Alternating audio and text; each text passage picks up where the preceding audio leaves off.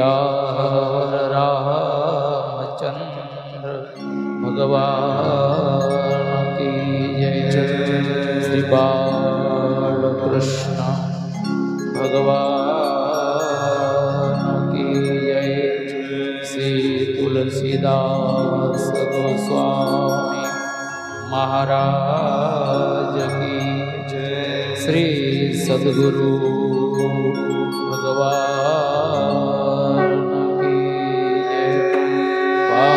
पार्वती पतये हर हर महादेव।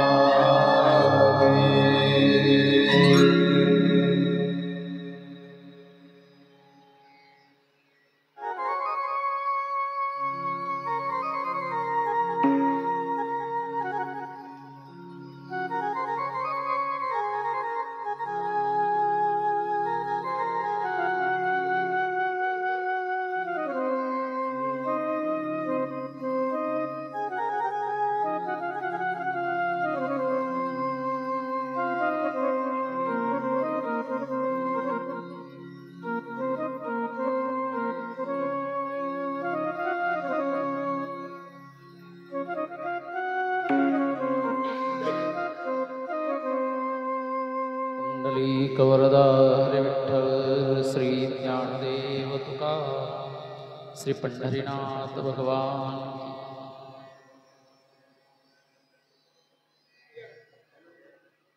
यावर रामचंद्र भगवान की जय।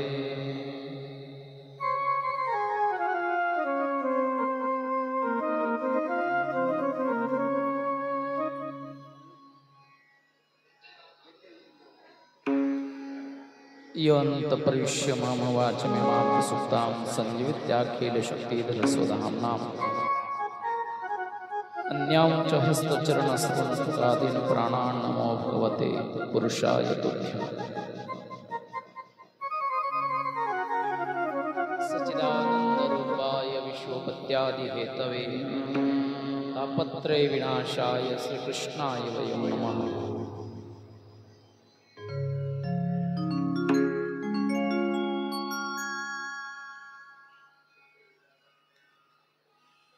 प्रिय संत सज्जन हो,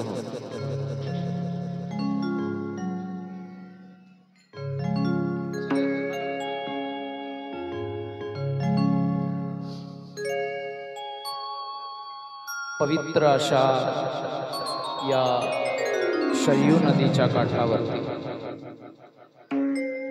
अयोध्या धाम या नगरीमध्ये वारकरी संप्रदाय वरण विभाग यांच्या विद्यमाने अयोध्याधाम नगरीमध्ये नाम यज्ञ सप्ताहाचं आयोजन आणि त्या या नाम यज्ञातील आजची ही तिसरी दिवसाची रामकथा। त्या रामकथेचं आपण गेली 2 दिवस चिंतन केलं की जगाच्या पाठीवरती ज्या सप्तपुर्या आहेत त्या सप्तपुरीपैकी ही अयोध्या धाम एक पुरी आहे की अयोध्येचं नामस्मरण जरी आपल्या जीवनामध्ये घडलं, अयोध्या एवढं जरी नामस्मरण घडलं तरी त्या जीवाला मोक्ष प्राप्त होतो। असं या धामाचं एक आगळं आणि वेगळं वैशिष्ट्य साधू संतांनी या संत वाङ्मयामध्ये, वेदामध्ये असेल, अनेक रामायणाच्या माध्यमातून याची महती गायलेली आहे। भगवान प्रभू रामचंद्र ही जन्मभूमी आहे। भगवंताने अवतार कार्य मीमांसा याचंही देखील वर्णन केलेलं आहे। जब जब होई धर्म की तब तब पार असुर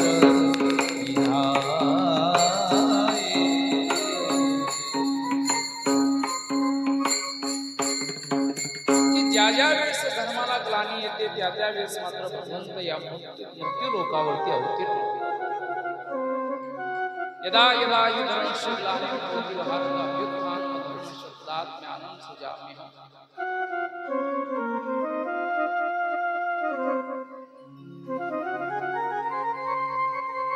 आहे तुका म्हणे धर्म संस्थापने केला नारायणे अवतार. धर्म रक्षावया अवतार घेसे आपुल्या पाळसी भक्त जना. अनेक किंबहुना साधू संतांनी त्याची वेगवेगळी कारण मीमांसा केलेली आहे. आणि आपण काल जन्मोत्सव देखील पाहिलेला आहे की परमात्मा प्रभू रामचंद्र अवतीर्ण झालेले आहे. आपण पहिल्या दिवशी चिंतन केलं की वाल्मिकीच्या आधारे जर आपण विचार केला तर प्रभू रामचंद्र हे सामान्यामधले सामान्य एक मानव आहेत. आणि सामान्यामधले सामान्य मनुष्य दृष्टिकोन ठेवून वाल्मिकीने किंबहुना वाल्मिकी रामायणाची रचना केली. रामायणाच्या माध्यमातून भगवंताने असं कुठल्याही प्रकारचा चमत्कार केलेला नाहीये. आपण जर संपूर्ण जर रामायण जर पाहिलं वाल्मिकी रामायण तर या वाल्मिकी रामायणामध्ये भगवंताच्या हातून कुठेही असा चमत्कार नाही. मग अहिल्याचा उद्धार असेल, राम सेतू असेल, इथे कुठेही परमात्म्याने चमत्कार केला नाहीये. जसं आपण पहिल्या दिवशी विचार केला की 4 घाट आहेत. त्या 4 घाटामध्ये किंबहुना जो दुसरा घाट आहे त्याला कर्म घाट म्हटलेला आहे. की कर्माच्या द्वारे गीतेमध्ये सुद्धा भगवंतांनी अर्जुनाला हेच सांगितलं, कर्मण्येवाधिकारस्ते मा फलेषु कदाचन. अर्जुना तू कर्मयोगी हो, तू कर्म कर, बाकीचं जे काय असेल ते मी बघून घे. अर्जुन कर्मापासून पराश्रित झालेला आहे. अर्जुन म्हणतो मी युद्ध करणार नाही. पण त्याच अर्जुनाला भगवंताने युद्ध करण्याकरता प्रवृत्त केलंय. तसं भगवंत देखील या ठिकाणी कर्म करतायत. भगवंताला माहिती नाही की रावणाने सीतेला पळून नेलेली आहे, कुठल्या दिशेला नेलेली आहे, हे सर्व परमात्म्याला ज्ञात आहे. पण सामान्यामधले सामान्यासारखं किंबहुना ते आपलं जीवन आपलं कर्म करताय. आणि म्हणून ही रामायणामध्ये फार मोठी शिकण्याची गोष्ट आहे की मनुष्याने जीवनामध्ये कर्मप्रवृत्त व्हावं. जीवनामध्ये आपण कर्म करावं. कर्माच्या आधारे किंबहुना ईश्वराला प्राप्त करता येतं. ही मोठी रामायणकराने किंबहुना एक तुम्हा आम्हाला शिकवण दिलेली आहे.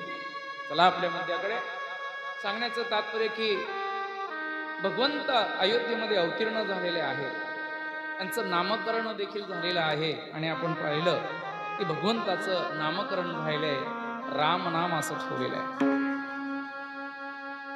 पुढे भरताचं नामकरण झालेलं आहे. तुलसीदास गोस्वामींनी वर्णन केलं असं, विश्वभरण पोषण कर जोई, ताकर नाम भरत असं होई, भरणात भरतः. असे व्याख्या केली त्यांनी की जो विश्वाचं भरण पोषण करतो तो भरत.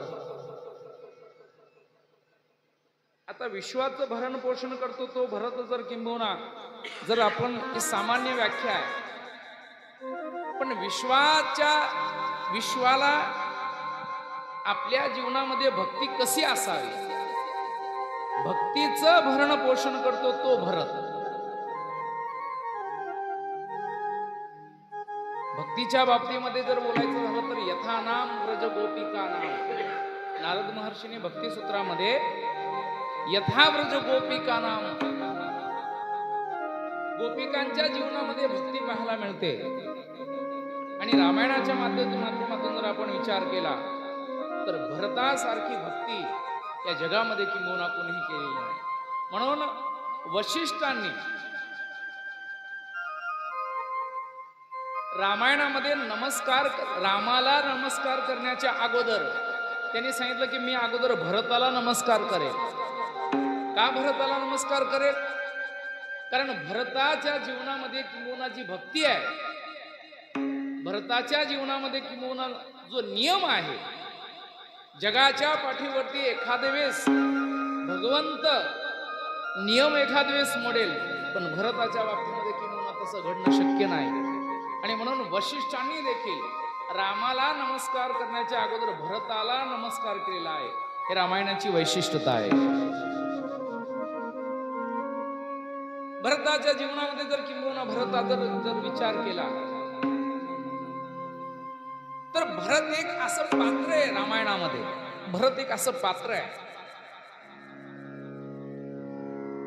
की राम सुद्धा किंबहुना या भरताच्या प्रेमा खातर भरतासमोर नतमस्तक होत आहेत.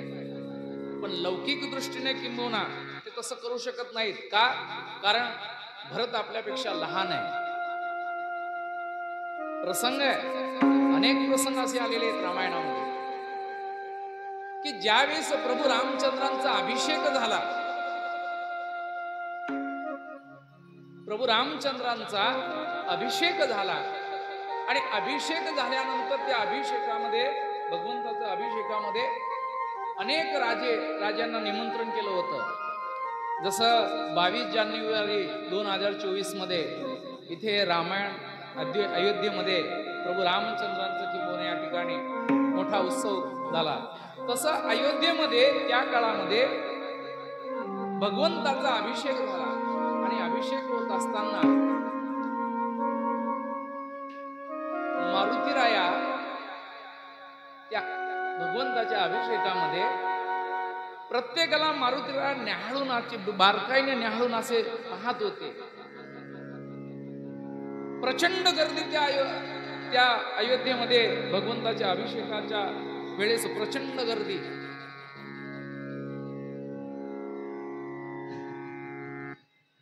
आणि अशा अवस्थेमध्ये भरताचं दर्शन भरत कुठेच दिसेना.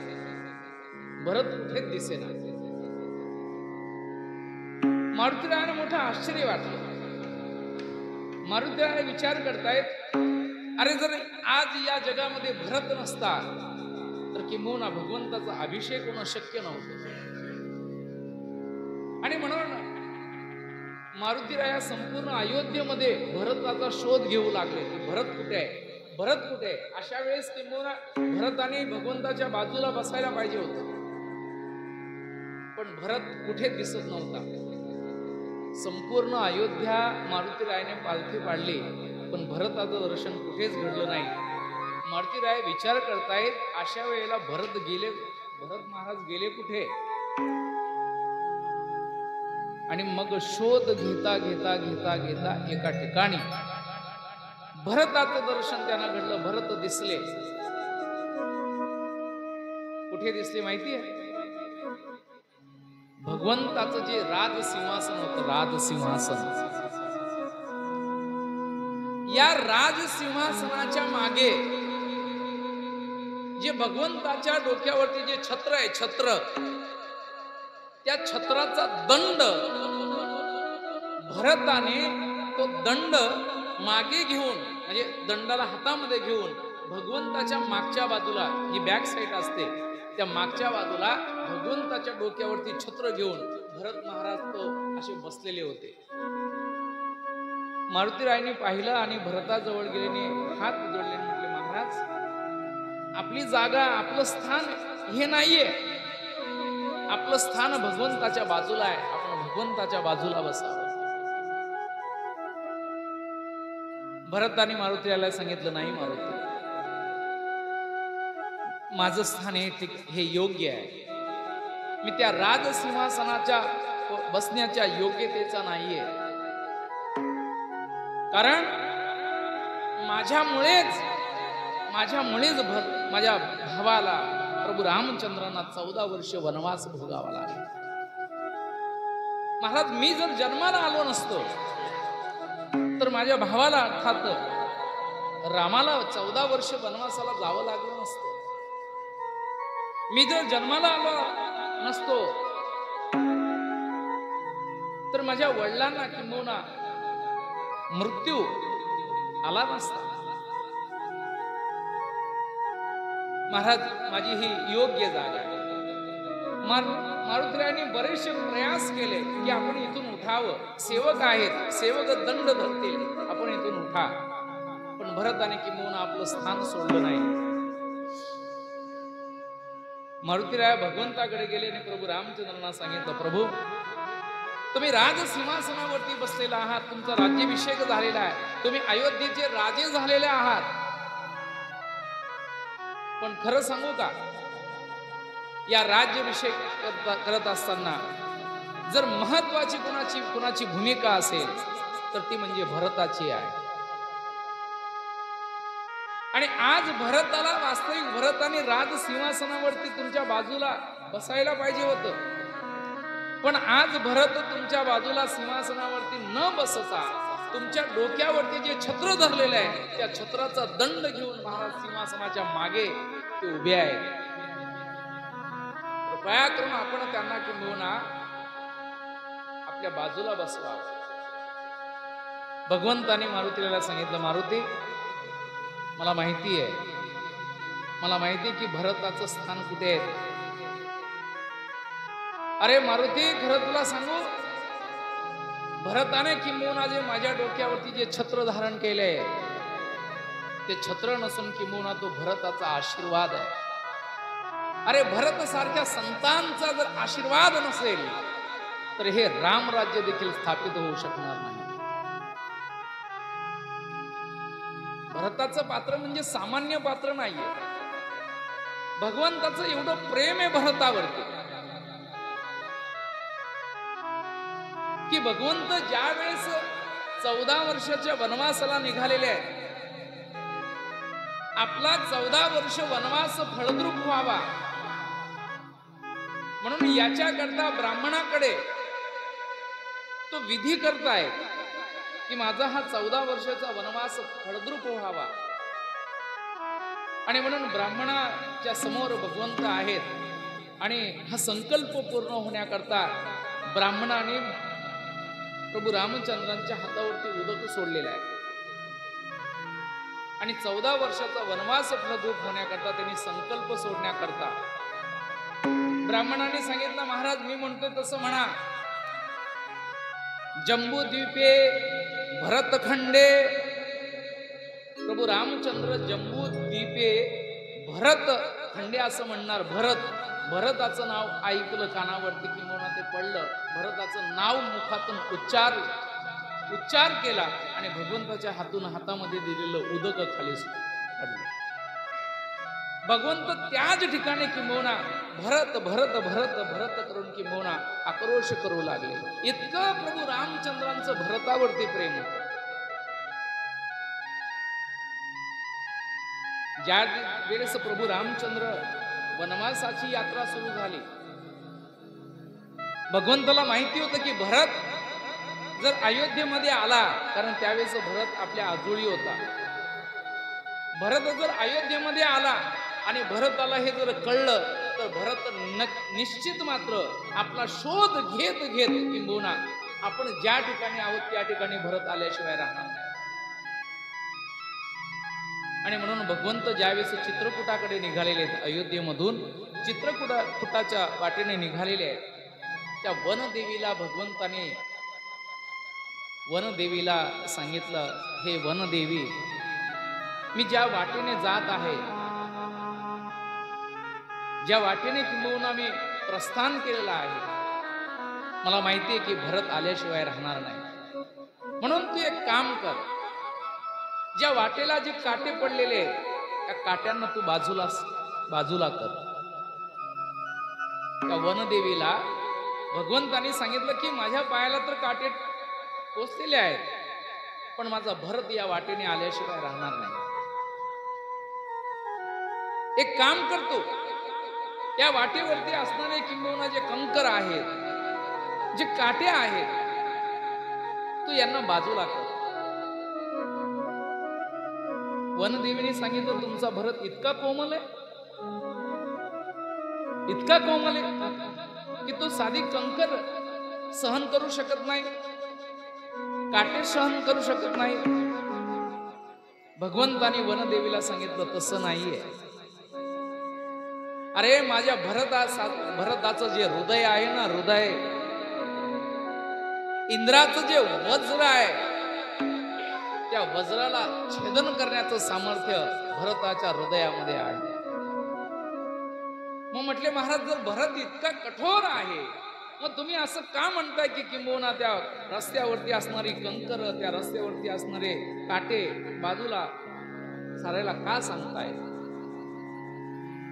त्यावेळेस भगवंताने वनदेवीला सांगितलं, हे वनदेवी, जर कदाचित एखादा काटा माझ्या भरताच्या पायाला जर रुतला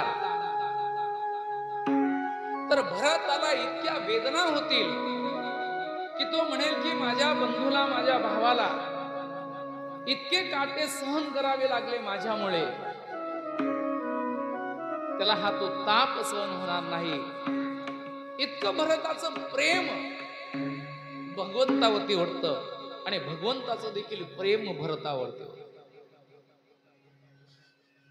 राज्याभिषेक झाला आणि राज्याभिषेक झाल्यानंतर भगवंतानी सगळ्यांना सांगितलं, मागा मी राजा झालेलो आहे.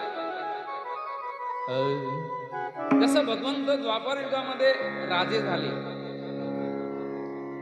गड्यानो राजा के रे झाला, गड्यानो राजा के रे झाला, कृष्ण सिंहासनी बैसला, कृष्ण सिंहासनी बैसला, कृष्ण सिंहासनी बैसला.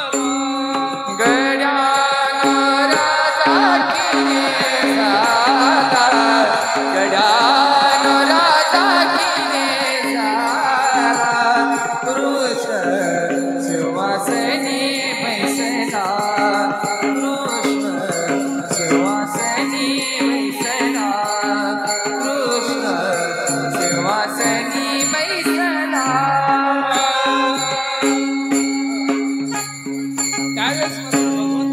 भगवंत राजा झालेले आहेत आणि सांगितलं, मागा म्हटलंय, मी राजा आहे, अयोध्येचा राजा झालेलो आहे. प्रत्येकाने आपापल्या कुवतीप्रमाणे मागून घेतलं आणि शेवटला भरत भगवंताच्या समोर आलेले आहेत, हात जोडलेले आहेत. प्रभूने सांगितलं, भरत माग म्हटले, तुला काय देऊ? अरे तू इतकं सहन केलेलं आहेस, माग म्हटले, तुला काय पाहिजे? भरताच्या मुखातून आलेले शब्द आहेत, तुलसीदास गोस्वामींनी वर्णन केलं. धर्मनार्थ कामना रुची चहून निर्वाण, राम पद जन्म जमन मागो यही दीजिए वरदान. त्यांनी सांगितलं, धर्म अर्थ काम मोक्ष, देवा यापैकी मला काही नको, मला यापैकी काही नको. सर्वात श्रेष्ठ असणारा मोक्ष, या मोक्षाला देखील भरताने सांगितलं, देवा मला मोक्षही नको, मला मोक्षही नको. चहून निर्माण, रामपद जन्म जन्म मागू यही दीजिए वरदान. भरताने सांगितलं, देवा मला जर द्यायचं असेल ना, तर जन्मोजन्मी किंबहुना ज्या ज्या वेळेस मी जन्म घेईल, त्या त्या वेळेस किंबहुना त्या जन्मामध्ये किंबहुना आपल्या पाद्य पूजा करण्याची संधी माझ्या जीवनामध्ये प्राप्त व्हावी, मला तुमची सेवा करण्याची संधी माझ्या जीवनामध्ये प्राप्त व्हावी. हा भरताचा आदर्श आहे, हा भरताचा आदर्श आहे, भरताचं प्रेम आहे भगवंतावर, सामान्य गोष्ट नाहीये. आणि म्हणून तुलसीदास गोस्वामीने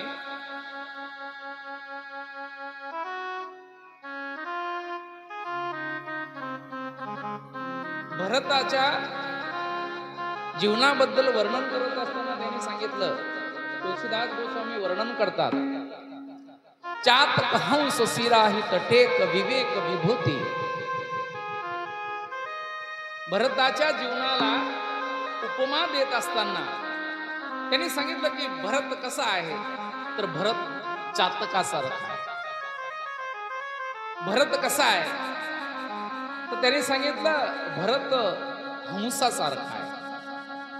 दोन उपमा भरताला तुलसीदास गोस्वामी देत आहेत. चातक पक्षी माहिती आहे आपल्याला? चातक पक्षी, चातक पक्षी, चातक पक्षी हे प्रेमाचं प्रतीक आहे. चातक पक्षी हा प्रेमाचं प्रतीक आहे. चातक पक्षी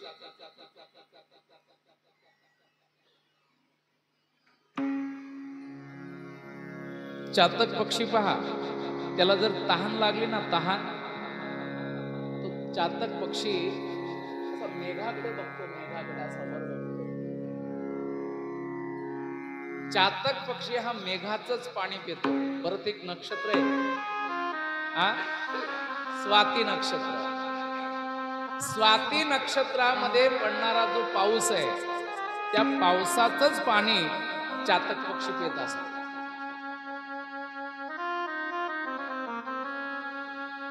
तो इतका त्याच्याशी एकनिष्ठ आहे, त्या नक्षत्राशी इतका एकनिष्ठ आहे की जर त्या नक्षत्रामधलं म्हणजे स्वाती नक्षत्रातलं पाणी त्याच्या मुखामध्ये गेलं तरच तो पितो, अन्यथा तो पाणी पित नाही. चातक पक्षी एक दिवशी चातक पक्षी वाट पाहतोय की स्वाती नक्षत्र कधी, आणि त्या स्वाती नक्षत्रातलं किंबहुना मी कधी पाणी, किंबहुना मेघ गरजतील आणि त्याचं पाणी मी कधी पिईल. पण कर्मधर्म संयोगाने किंबहुना स्वाती नक्षत्र आलं, पण स्वाती नक्षत्रामध्ये पाऊसच पडला नाही आणि बिन पाण्याचा किंबहुना तो चातक पक्षी समुद्रामध्ये पडला. समुद्रामध्ये पडला. नारद महर्षी रस्त्याने जात होते, त्यांनी पाहिलं त्या समुद्रामध्ये चातक पक्षी पडलेला आहे. पण पडल्यानंतर त्याचं तोंड असं वर आहे, मेघांकडे त्याचं तोंड आहे. नारद महर्षीने चातकाला सांगितलं, अरे बाबा, तू पाणी पाणी करून मरशील, या समुद्राचं पाणी आहे, कमीत कमी तेवढं तरी पाणी पे. तो चातक म्हटला, मेलो तरी हरकत नाही, पण समुद्राचं पाणी पिणार, समुद्राचं पाणी पिणार नाही. चातक हे प्रेमाचं प्रतीक आहे. तसं भरताच्या जीवनामध्ये भरताला तुलसीदास गोस्वामींनी वर्णन केलं. त्यांनी चातक हंस सिराहत टेक विभू विवेक विभूती. चातक हे प्रेमाचं प्रतीक आहे आणि हंस हे विवेकाचे प्रतीक आहे. एका कवीने असं वर्णन केलंय, हंस बगला एकसा मान सरोवर माही, बक ढिंडोरे माछरी हंस मोती खाई. बगळा आणि हंस दिसायला एक सारखेच आहेत. बगळा कसा आहे? पांढरा आहे. आणि हंस कसा आहे? मानसरोवरामध्ये बगलाही आहे आणि हंस आहे. बगला हंस एकसा मान सरोवर माही, बक ढिंडोरे माछरी. म्हणजे तो बगला असतो ना, तो त्या मानस सरोवर मध्ये काय शोधतो? मासे शोधतो, मासे. पण जो हंस असतो ना, हंस काय खातो? मोती. तसं विवेक, हंसामध्ये विवेक आहे. विवेक, सार काय असार काय, सत्य काय असत्य काय, पाप काय पुण्य काय, धर्म काय अधर्म काय, नीती काय अनिती काय, याच्या बाबतीमध्ये किंबहुना भरत अत्यंत जागृत आहे. आणि म्हणून तुलसीदास गोस्वामींनी सांगितलं की चातक हंस सिराहत टेक विवेक विभूती.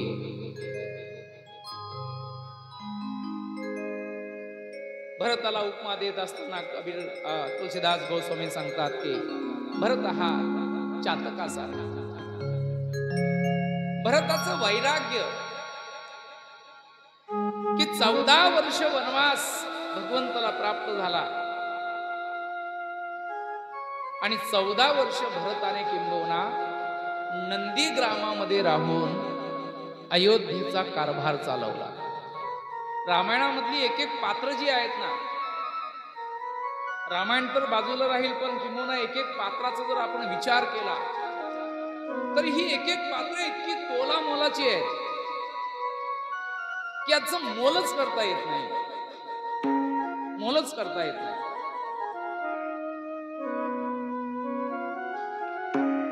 की स्वतः भगवंतानी कैकईने त्या अयोध्येमध्ये किंबहुना राजा दशरथाकडे आपल्या मुलासाठी 14 म्हणजे अयोध्येचं राजसिंहासन मागून घेतलं. भरतासाठी राजसिंहासन मागून घेतलं आणि भगवंताला रामाला 14 वर्ष वनवासाला पाठवलं. काय गंमत आहे की ज्याच्यासाठी अयोध्येचं राजसिंहासन मागितलं तो राजसिंहासनावरती बसण्याकरता तयार नाहीये.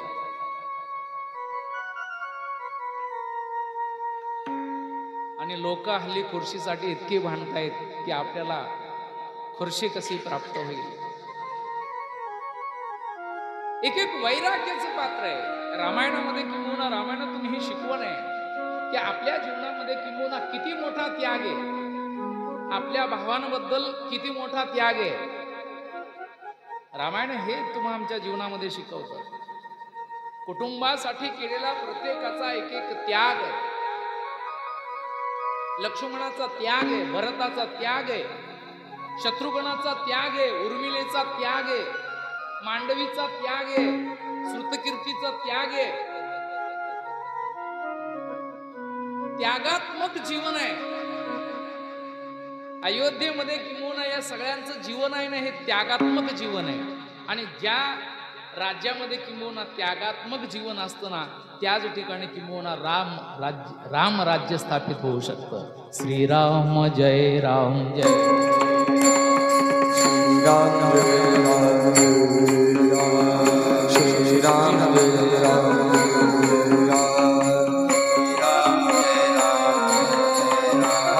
श्रीराम जय राम जय राम जय Ram.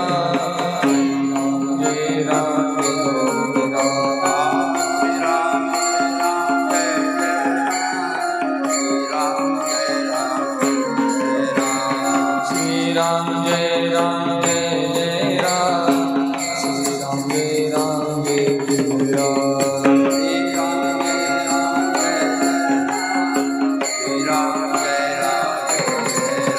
Shri Ram Jai Ram Jai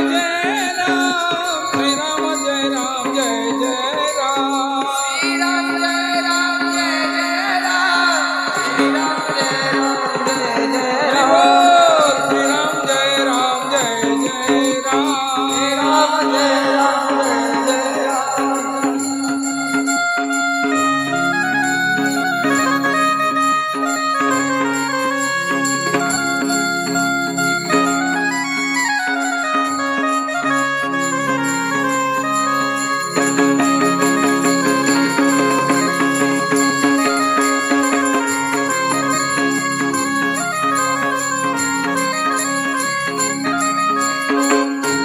Ram,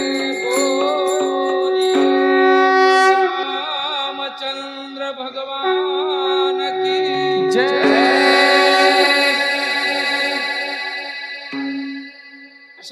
किंबहुना विश्वभरण पोषा इति नाम भरताः.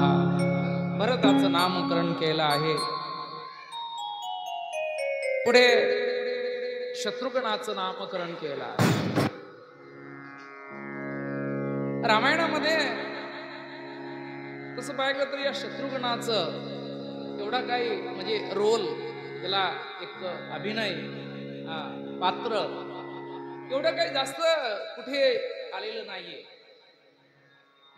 पुन्हा अनेक साधू संतांनी आपल्याला ज्ञात असेल की आता हे जे राम मंदिर आहे, या राम मंदिराचे कोषाध्यक्ष महाराष्ट्रातील एक फार मोठी विभूती प्रातस्मरणीय गोविंदगिरीजी महाराज या रामायणाचे कोषाध्यक्ष आहेत आणि त्यांनी रामायणावरती सुंदर असं चिंतन केलं आहे.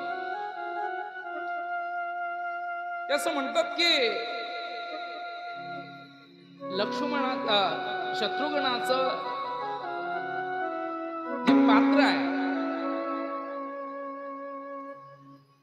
रामाचं तर वर्णन आहेच, भरताचं देखील वर्णन आलेलं आहे, लक्ष्मणाचं आलेलं आहे, पण शत्रुघ्नाचं पात्र जे आहे कुठल्याही कवीने किंवा कुठल्याही संत वाङ्मयामध्ये त्या लेखकाने काय एवढा जास्त उल्लेख केला नाही. त्याने एक चिंतन सांगितलं की ते पात्र इतकं मोठं आहे, शत्रुघ्नाचं पात्र इतकं मोठं आहे की लेखकाची लेखणी त्याचं वर्णन करत असताना थांबली, ते लिहू शकले नाही पुढे. पहा तुम्ही, रामायणाचा जर आपण विचार केला तर 14 वर्ष वनवासाकरता प्रभू रामचंद्र निघून गेले. प्रभू रामचंद्रांबरोबर लक्ष्मण निघून गेलेला आहे. आता राहिलं कोण? भरत आणि शत्रुघ्न. भरत आणि शत्रुघ्न हे दोघे जण राहिले. बरं, भरत आजुळावून ज्यावेळेस अयोध्येमध्ये आल्यानंतर त्यांना कळलं, अयोध्येमध्ये आल्यानंतर कळलं की आपल्या पिताश्रींचं देहावसान झालेलं आहे. भगवंताला 14 वर्ष वनवास प्राप्त झालेला आहे. ते गेलेले सुद्धा आहेत भगवंताला आणण्याकरता, पण भगवंत आले नाही. आपल्या पादुका भरताला दिल्या आणि भरताला सांगितल्या, भरता ह्या माझ्या पादुका घेऊन जा आणि अयोध्येचं राज्य कारभार तू सांभाळ. भरताने सांगितलं ना की तुम्ही जर येत नसाल तर काहीतरी मला तुम्ही द्या की ज्याच्या आधारावरती मी हे राम राज्य मी चालू शकेल, अयोध्येचं राज्य चालू शकेल. आणि म्हणून भगवंताने आपल्या पायाच्या खडका भरताला दिल्या. भरत आणि या देशाचं वैभव आहे, काय आदर्श आहे, काय चरित्र आहे या देशाचं, की भरताने भगवंताच्या पादुका अयोध्येच्या राजसिंहासनावरती ठेवल्या, स्थापित केल्या राजसिंहासनावरती स्थापित केल्या. आणि इथून नंदीग्राम किती आहे? 10 किलोमीटर. इथून नंदीग्राम 10 किलोमीटर आहे. 10 किलोमीटरच्या अंतरावरती एक पर्णकुटी त्यांनी बांधली. पर्णकुटी बांधली आणि त्या पर्णकुटीमध्ये राहून अयोध्येचा संपूर्ण राजकारभार तिथून चालवला. राजसिंहासनावरती बसले नाही, राजसिंहासनावरती आपल्या मोठ्या बंधूच्या पादुका स्थापित केल्या, नंदीग्रामामध्ये राहिले आणि तिथून त्यांनी किंबहुना राजकारभार चालवला. आता मला सांगा, अयोध्येमध्ये राम नाहीये, अयोध्येमध्ये लक्ष्मण नाहीये, अयोध्येमध्ये भरत नाहीये, आता अयोध्येमध्ये राहिलं कोण? शत्रुघ्न राहिला.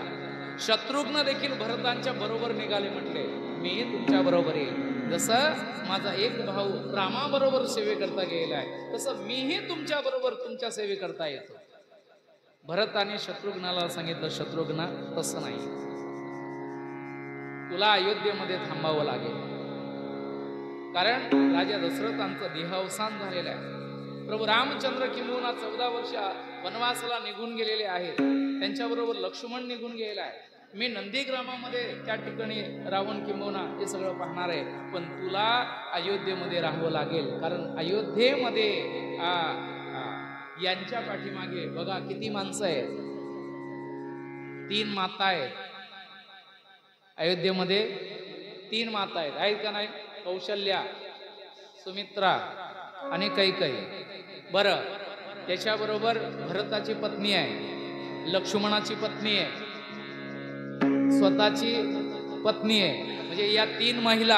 आणि ह्या 3 म्हणजे किती महिला झाल्या? 6 महिला झाल्या. त्याच्यानंतर किंबहुना संपूर्ण अयोध्यावासी या 14 वर्षाच्या वनवासामध्ये किंबहुना भगवंताला 14 वर्ष अरण्यामध्ये राहावं लागलं, पण 14 वर्ष लक्ष्मण अयोध्येमध्ये राहून त्याचं वनवासी सारखं जीवन आहे. आपल्या घरामध्ये एक बाई असली तर किंबहुना आपल्याला काही भाग्यवान असतात, त्यांच्या 2 असतात. पण इथे 6 महिला एका घरामध्ये, 6 महिला, आणि या 6 महिलांचं जीवन किंबहुना भरताच्या शत्रुघ्न या 6 महिलांना संपूर्ण अयोध्येचं राज्य 14 वर्ष त्यांनी असं काढलेलं आहे किंबहुना की या 14 वर्षामध्ये कुठेही वादविवाद नाहीये. केवढं मोठं शत्रुघ्नाचं केवढं मोठं त्याग आहे. आणि म्हणून त्या ठिकाणी वशिष्ठाने त्या शत्रुघ्नाचं नाव ठेवलेलं आहे की त्याच्या नावाने शत्रूंचा नायनाट होतो. व्यवहारामधले शत्रू सोडा, पण आपल्या अंतःकरणामध्ये असणारे शत्रू, आपल्या अंतःकरणामध्ये असणारे शत्रू हे सामान्य शत्रू नाहीयेत.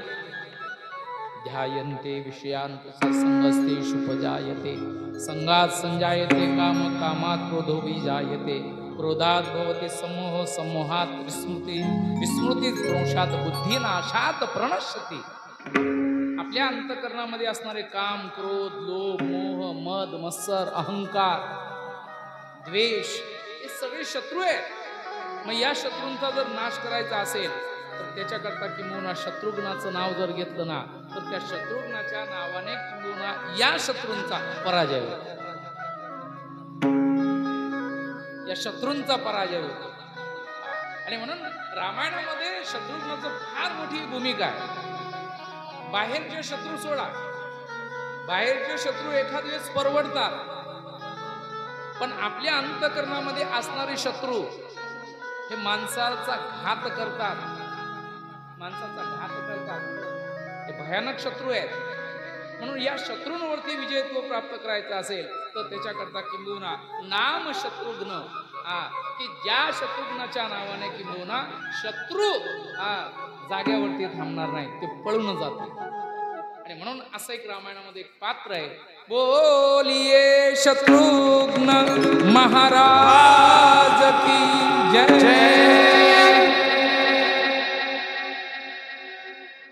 आणि मग शेवटला वशिष्ठांनी किंबहुना शेवटला लक्ष्मणाचं नामकरण केले. लक्ष्मण, त्याला आपण पाहिलं की लक्ष्मणो लक्ष्मी संपन्नो बहिर्प्राण इवावर नचतेन विना निद्रा लभते पुरुषोत्तम. कुणाचा श्लोक आहे मला माहिती नाही, पण मला एक सापडला हा श्लोक. पण त्यांनी गोड चिंतन केले या श्लोकाच्या माध्यमातून. लक्ष्मणो लक्ष्मी संपन्न, लक्ष्मी संपन्न लक्ष्मण आहे. ज्ञानोबाईंनी 18व्या अध्यायामध्ये यत्र योगेश्वर कृष्ण यत्र पार्थो धनुर्धर या श्लोकावरती टीका करत असताना त्यांनी सांगितलं, चंद्र ते चंद्रिका, चंद्र ते चंद्रिका,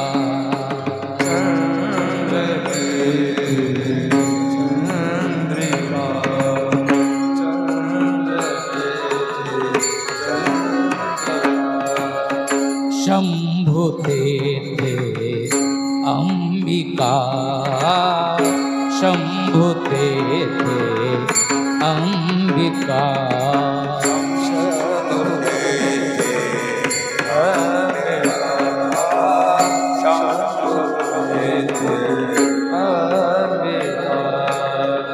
संत तेथे विवेका, संत तेथे विवेका असने जी, चंद्र तेथे चंद्रिका,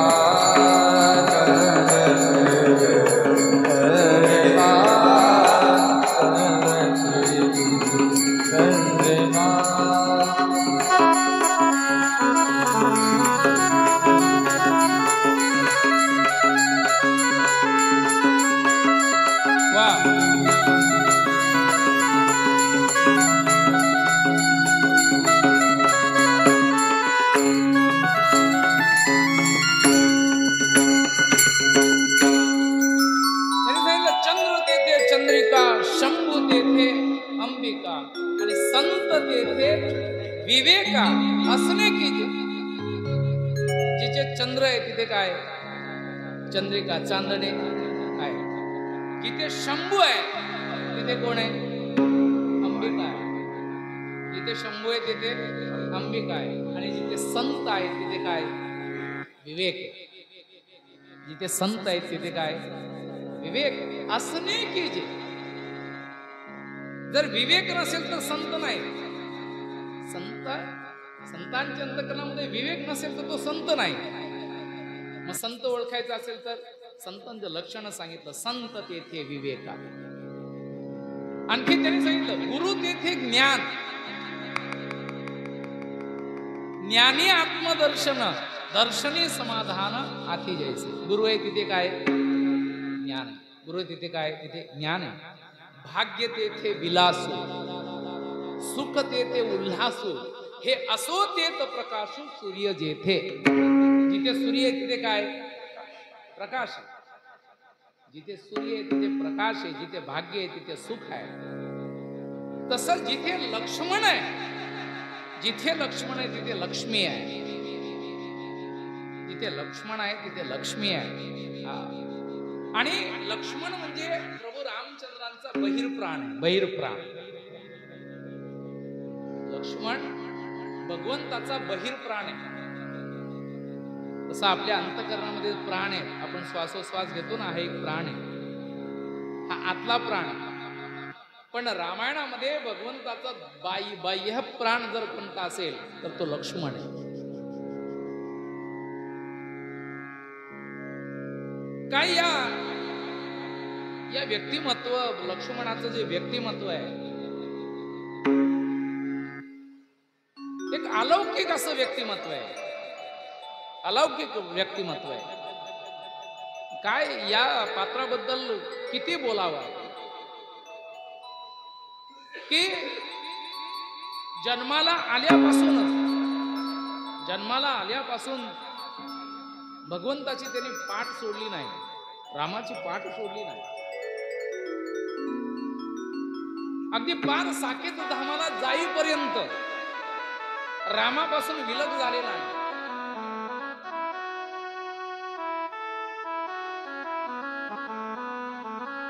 त्या लक्ष्मणाला विचारलं महाराज तुमचे आई वडील कोण आहे. त्या राम रक्षामध्ये एक श्लोक असा आलेला आहे. माता रामो मत पिता रामचंद्र. मला जन्म सुमित्री मातेने दिला असेल. दशरथ माझे पिता असतील पण खऱ्या अर्थाने किंबहुना माझी आई जर कोण असेल तर ती सीता आहे. आणि माझे पिता जर कोण असतील तर ते म्हणजे प्रभू रामचंद्र आहे. काय या माणसाचा आदर्श आहे. काय आदर्श आहे. आणि रामायणामध्ये किंबहुना हे पात्र एक असं आहे जगाला शिकवण देऊन जाणारे हे पात्र आहे की परस्त्रीबद्दल किंबहुना किती आदर असावा. या पात्राकडून आपण शिकण्यासारखं आहे. 14 वर्ष आपल्या भाऊजाईच्या सानिध्यामध्ये माता सीतेच्या सानिध्यामध्ये लक्ष्मण आहे. पण या 14 वर्षामध्ये लक्ष्मणाने आपल्या आईचं म्हणजे सीते मातेचं तोंड सुद्धा बघितलं नाही. त्याची दृष्टी आईच्या चरणावरती आहे. त्याची दृष्टी आईच्या चरणावरती. की ज्या वेळेस आईचं अपहरण झालं सीते मातेचं अपहरण झालं तो रावण पुष्पक विमानामध्ये बसून सीतेला पुष्पक विमानामध्ये बसवलं आणि जानकी मातेचं अपहरण करत असताना जानकी माता विचार करते सीता माता विचार करते की हा दुष्ट मला या विमानामधून किंबहुना मला कुठे नेतोय काय माहिती. आणि म्हणून तिने जानकी मातेने आपल्या अंगावरती असणारी आभूषण ती आभूषण एक एक तिने काढलेली आहेत. हातामधली आभूषण पायामधली आभूषण बाहुबंदावरती असणारी आभूषण तिने ती काढलेली आहेत. एका वस्त्रामध्ये त्याची अशी गठोडी केलेली आहे. आणि ती त्या विमानामधून तिने खाली अशी टाकलेली आहे. इकडे सीते मातेचा शोध घेता घेता घेता घेता एका वानराच्या हाती ती गठोडी असे सापडली आणि ते प्रभू रामचंद्रांकडे घेऊन आले. म्हटले, महाराज, आम्ही सीतेचा शोध घेत असताना किंबहुना आम्हाला हे काहीतरी सापडलेले आहे, बघा. भगवंताने अशी ती गाठ सोडली आणि गाठ सोडल्यानंतर त्या मध्ये आभूषण होती, आभूषण. पण भगवंताला सीतेचा इतका विरह झालेल्यामुळे भगवंताचं चित्त स्थिर नव्हतं आणि म्हणून त्यांनी लक्ष्मणाला सांगितलं, लक्ष्मणा, ही आभूषण बघ, तुझ्या वहिनीची आहेत का? ही आभूषण तुझ्या वहिनीची आहेत का बघ. त्यावेळेस लक्ष्मणाच्या मुखातून आलेला श्लोक आहे. भावार्थ रामायणामध्ये शांतीब्रह्म एकनाथ महाराजांनी गोड त्याचं चिंतन केलंय.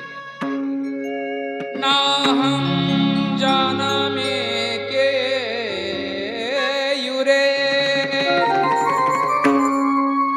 नाहं जानामि कुंडले.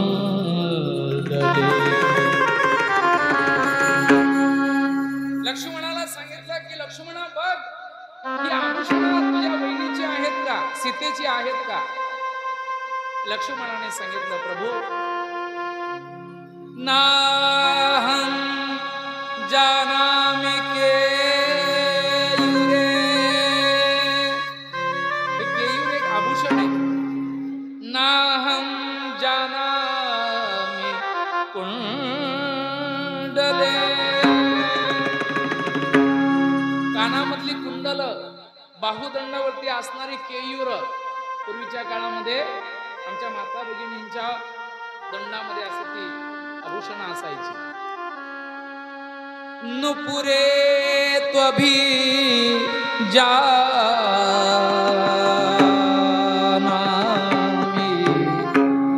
नित्यपादाभि वंदना.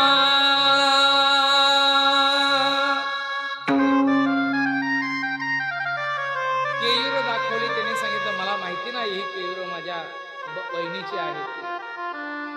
कानातली कुंडल दाखवली. लक्ष्मणा बघ, ही सीतेची कुंडल आहेत का? लक्ष्मणाने सांगितलं, दादा, मला सांगता नाही येणार, मला सांगता येणार नाही की माझ्या वहिनीची कुंडल आहेत. हा, मी यापैकी एक आभूषण ओळखू शकतो आणि ती म्हणजे नुपुरे. पायामध्ये असणारे नुपुरे, ज्याला आपण साकळ्या म्हणतो, साकळ्या. या साकळ्या माझ्या वहिनीच्या आहेत. मी 100% खात्रीपूर्वक सांगू शकतो की या साखळ्या ज्या आहेत ना, त्या माझ्या वहिनीच्या आहेत. लक्ष्मणाला विचारलं रामाने विचारलं, लक्ष्मणा, तू केयूर जाणत नाही, कुंडले जाणत नाही, मग ही साखळ्या ज्या आहेत या कशा काय ओळखू शकतोस? लक्ष्मणाने सांगितलं की मी रोज मात्र माझ्या आईचं दर्शन घ्यायचं, पायाचं दर्शन घ्यायचं. त्यावेळेस मात्र त्या साखळ्या, त्या नुपुरे त्यावेळेस माझ्या दृष्टीस. म्हणजे लक्ष्मणाने जानकी मातेकडे 14 वर्ष सानिध्यामध्ये राहून सुद्धा मात्र पायाच्या वर कधी मात्र आई साहेबांकडे लक्ष्मणाने बघितलं नाही. हा लक्ष्मणाचा आदर्श आहे. श्रीराम जय राम, जय जय राम. श्रीराम जय राम, श्रीराम जय राम,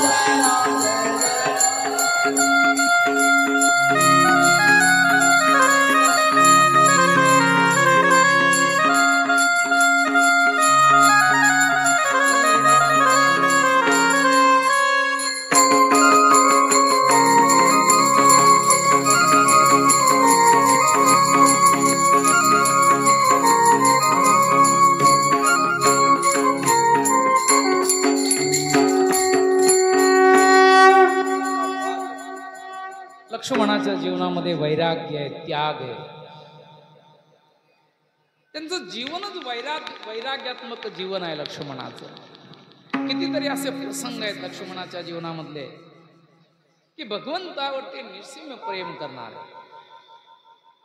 अगदी लहानपणापासून भगवंताची सेवा करायची आणि आदर्श लक्ष्मणाचा. जोपर्यंत त्यांच्या जीवनामध्ये भगवंताची सेवा, रामाची सेवा आपल्या जीवनामध्ये घडत नाही तोपर्यंत लक्ष्मणाला चैन असं वाटत नाही. चैन वाटायचंच नाही, मला देवाची सेवा करायलाच पाहिजे. त्यांच्या जीवनामधला एक प्रसंग आहे, असं आठवला म्हणून सांगतो. नित्यनेमे लक्ष्मणाचा की भगवंताने गुरुदेवांची सेवा करायची, वशिष्ठांची सेवा करायची आणि मग वशिष्ठांना झोप आली की वशिष्ठांनी सांगायचं, रामा बस आता मला झोप येते, तू आता झोपायला जा. की भगवंताने प्रभू रामचंद्राने आपल्या पर्णकुटीमध्ये यायचं आणि आपल्या पर्णकुटीमध्ये आल्यानंतर भगवंताने झोपायचं आणि झोपत असताना लक्ष्मणाने प्रभू रामचंद्रांच्या पायाची सेवा करायची. प्रभू रामचंद्रांच्या पायाची सेवा करायची असा नित्यनेम होता लक्ष्मणाचा. हा नित्यनेम होता. जोपर्यंत राम झोपत नाही, आपले ज्येष्ठ बंधू झोपत नाही, प्रभू झोपत नाही, तोपर्यंत लक्ष्मणाने पायाची सेवा करायची सोडायचं नाही. देव एकदा का झोपले की मग लक्ष्मणाने जाऊन झोपायचं. असा लक्ष्मणाच्या जीवनामध्ये नित्यनेम होता. पण लग्न झालं, लग्नाच्या अगोदरपर्यंत हा नित्यनेम होता. पण लग्न झालं आणि लग्न झाल्यानंतर मात्र जानकी माता, सीता माता आता आली. पण लक्ष्मणाने आपल्या जीवनामध्ये नित्यनेम टाळला नाही. ते भगवंताच्या शयन खोलीमध्ये गेल्याने भगवंताची सेवा करू लागले. झालं सगळं घरातलं काम आटपलं आणि आटपल्यानंतर आई साहेब सीता माता आपल्या खोलीमध्ये आलेल्या आहे. बघितलं तर लक्ष्मण भगवंताच्या पायाची सेवा करतायत, पाय दाबतायत. आई साहेब आले आणि आई साहेबांनी सांगितलं, बस झालं. म्हटलं आता आजपासून तुम्ही सेवा करायची नाही, आजपासून मी सेवा करणार. लक्ष्मणाने आई साहेबांना सांगितलं, आई साहेब तुम्ही आज आलेला आहात, पण मी जन्माला आल्यापासून मी देवाच्या पायाची सेवा करतोय. हा माझा अधिकार आहे. तुम्ही आज आलेला आहात, जमणार नाही म्हटलं. सीता माता विचार करते, तिने सांगितलं, अहो मी यांची अर्धांगिनी आहे आणि माझं कर्तव्य आहे, माझा धर्म आहे. तो पतीची सेवा करणं हा पत्नीचा धर्म आहे. ऐकताय ना तुम्ही? हा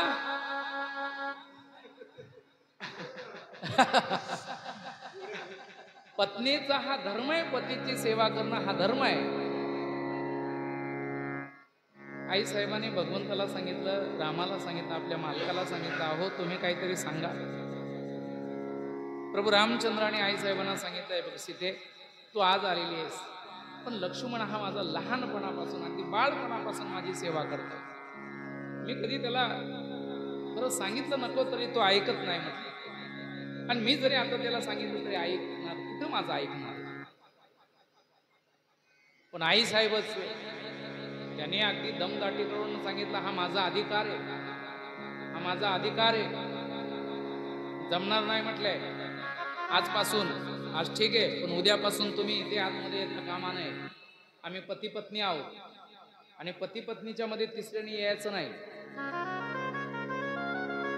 लक्ष्मणाला असं सांगितल्यानंतर लक्ष्मण विचार करू लागला, करायचं काय. त्यांनी प्रभू रामचंद्राला सांगितलं, दादा तुम्ही काहीतरी सांगा, आणि जर मला सेवा करण्याची संधी मिळाली नाही तर मी प्राणत्याग करेल, जर मला ही तुमच्या पायाची सेवा मिळाली नाही तर. आता देवासमोर प्रश्न निर्माण झाला, भावाचं ऐकायचं, हा बायकोचं ऐकायचं, ऐकायचं कुणाचं?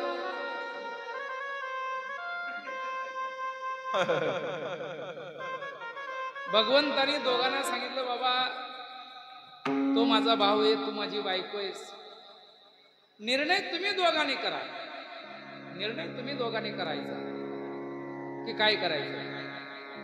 पण लक्ष्मण तर अगदी, तो लक्ष्मण हट्टीच लक्ष्मण, त्याने सांगितलं छे छे जमणार नाही म्हटलंय, जमणार नाही म्हटलंय. हा दुसऱ्या दिवसापासून आई साहेब बिचाऱ्या अशा म्हणजे कुणाशी बोलणं नाही, चालणं नाही, काही नाही. बरं लाडकी सून सीता, लाडकी सून कौशल्यने विचारलं, सीते काय झालं? ती म्हटली काही नाही आत्याबाई, काही नाही. काही नाही विचारलं, अगं सीते अशी गप गप का, गप का अशी?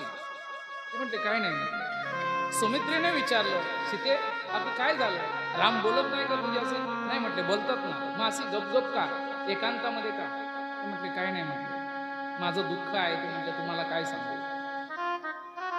कारण सीता भगवंताच्या सेवेपासून पराश्च्युत झालेली होती. तिच्या अंतःकरणामध्ये ते दुःख होतं, ती व्यथा होती, ती व्यथा होती तिच्या जीवनामध्ये. पण आता करायचं काय? आपल्याला सेवा प्राप्त होत नाही, तर तिच्या अंतःकरणामध्ये दुःख आहे.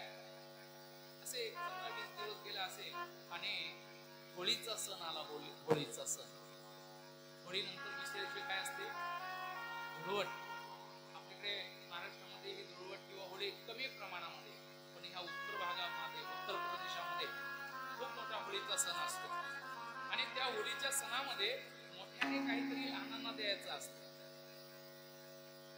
मोठ्याने लहानांना काहीतरी द्यायचं असतं.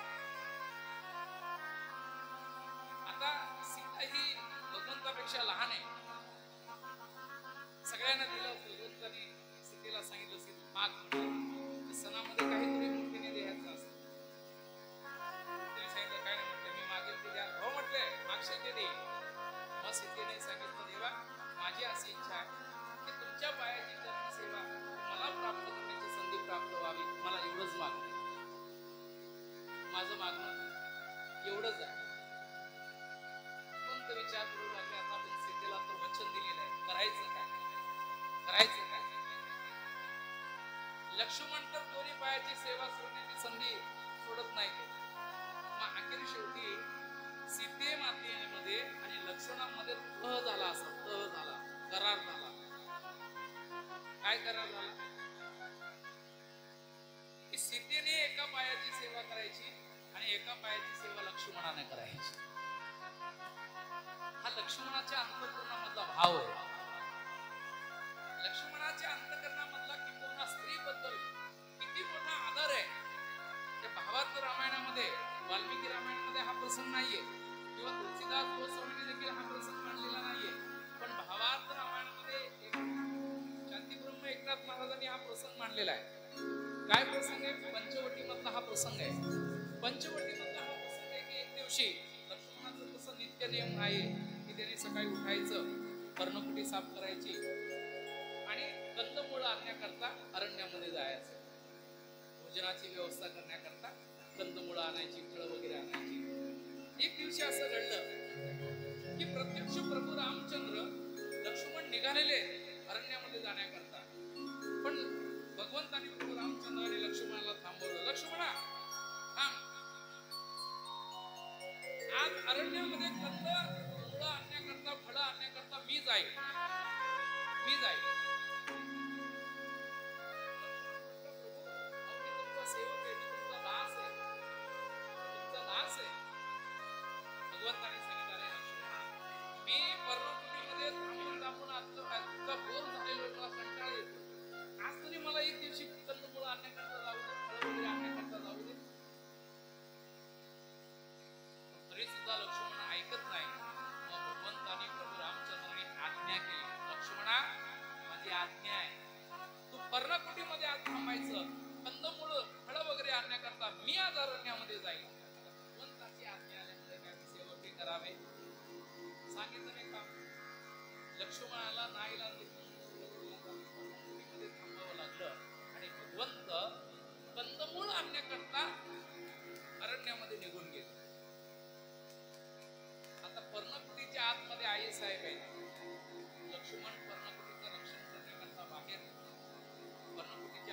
जातो रक्षण करण्याकरता तिला मातृ चक्रा मारतोय. आताच प्रभू येतील, मगच प्रभू येतील. 12 वाजून गेले, 1 वाजून गेले, 1 वाजला, 2 वाजले, पण देवाचा काय पत्ता. आता भगवंत पहिल्यांदाच कंदमुळं आणण्याकरता गेले होते, त्याच्यामुळे त्यांना नेमकं कंदमुळं सापडतात, फळं कुठं सापडतात, उशीर झाला. आणि इकडे दुपारच्या वेळेला आई साहेब एकट्याच कर्मकुटीमध्ये एकट्याच येत. बरं काय असं काही टीव्ही बीव्ही नाही ना, नाही तर हे चॅनल बदल, ते चॅनल बदल, थोडस टाइम तरी झाला असं काहीच नाही ना. आणि बसल्या बसल्या आई साहेबांना असा डुलका यायला, डुलका यायला बसल्या झोप यायला लागली. ते वड्याने आज झोप झाली. हा, मला असे वडे नका देत जाऊ, आम्ही अडीच वाजता झोप लागली, त्याच्यामुळे कथेला आज उशीर झाला. आई साहेबांना झोप यायला लागली. झोप येत असताना विचार करू लागल्या, एरवी तरी समजा झोप आली तर समजा काहीतरी उशाला असं असतं ते बरं वाटतं, पण आज देव सुद्धा नाही. भाऊजीने हाक मारली, भाऊजी इकडे या. लक्ष्मण आले आई साहेबांना, आई काय म्हटले, मला झोप येते. हा प्रसंग वाल्मिकी रामायणामध्ये नाही, हा प्रसंग तुलसीदास गोस्वामींनी रामचरितमानस मध्ये सुद्धा हा प्रसंग आलेला नाही. पण भावार्थ रामायणामध्ये शांतीब्रह्म एकनाथ महाराजांनी हा प्रसंग भावार्थ रामायणामध्ये लिहिलेला आहे. ते म्हटले मला झोप येते. झोप येते ते म्हटले झोपा पूर्ण कुठे. आई साहेबांनी सांगितलं पण माझी असे आज इच्छा आहे की तुझ्या मांडीची उशी करावी, तुझ्या मांडीवरती मी डोकं ठेवून झोपावं. लक्ष्मणाने आई साहेबांकडे असं बघितलं आणि 2 मिनिटं डोळे बंद केले लक्ष्मणाने. आणि लक्ष्मण आई साहेबांना म्हणतोय की आई माझं भाग्य आहे, माझ्या आईने ही इच्छा करावी की लेकराच्या मांडीवरती डोकं ठेवून तिने झोपावं. माझं भाग्य आहे, तू माझी आई आहेस. एखादी समजा आपली आई असते आणि आपल्या आईने जर असं म्हटलं बाळा तुझ्या मांडीवरती मला डोकं ठेवायचंय, झोपायचंय, आपण तिला काय करणार? सांगणार ना आई ठेव तू डोकं. लक्ष्मणाने सांगितलं आई तुझी इच्छा आहे ना, माझ्या मांडीची उशी करायची इच्छा आहे ना, ठीक आहे म्हटलं. लक्ष्मणाने अशी मांडवी घातली त्या पर्णकुटीमध्ये आणि आईने लक्ष्मणाच्या मांडीवरती डोकं ठेवलं असं आणि झोपी गेली.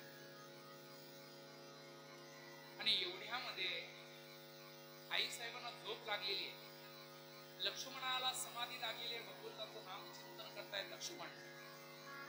श्रीराम जय राम जय जय राम, श्रीराम जय राम जय जय राम. आणि एवढ्यामध्ये कंदमुळं घेऊन भगवंत पर्णपुरीच्या जवळ आले. त्यांनी इकडे तिकडे बघितलं, पर्णपुरीच्या बाहेर लक्ष्मण कुठे दिसत नाही. पण पर्णकुटीमधून कुठून तरी आवाज येतो आणि म्हणून पर्णकुटीच्या द्वारापर्यंत भगवंत त्या ठिकाणी गेलेले आहे. त्याच्या अगोदर असा प्रसंग घडला की मोठं एक वादळ आलं, मोठं असं वादळ आलं आणि ज्या मांडीवरती लक्ष्मणाच्या मांडीवरती डोकं ठेवून आई साहेब झोपलेल्या होत्या, शांती ब्रह्म एकनाथ महाराजांनी वर्णन केलंय. मी माझ्या पदरचं माझं अंगचं मी काही सांगत नाही, पण असं म्हटलं जातं त्या ठिकाणी शांती ब्रह्म महाराज वर्णन करतात की आई साहेबांच्या वक्षस्थळावरून वस्त्र बाजूला थोडस असं सरकलं आणि भगवंतानी हा प्रसंग पर्णकुटीमध्ये पाऊल टाकणार आणि एवढ्यामध्ये देवाच्या दृष्टीसमोर हा प्रसंग आहे. सीतेने लक्ष्मणाच्या मांडीवरती डोकं ठेवून ती झोपलेली आहे. तिच्या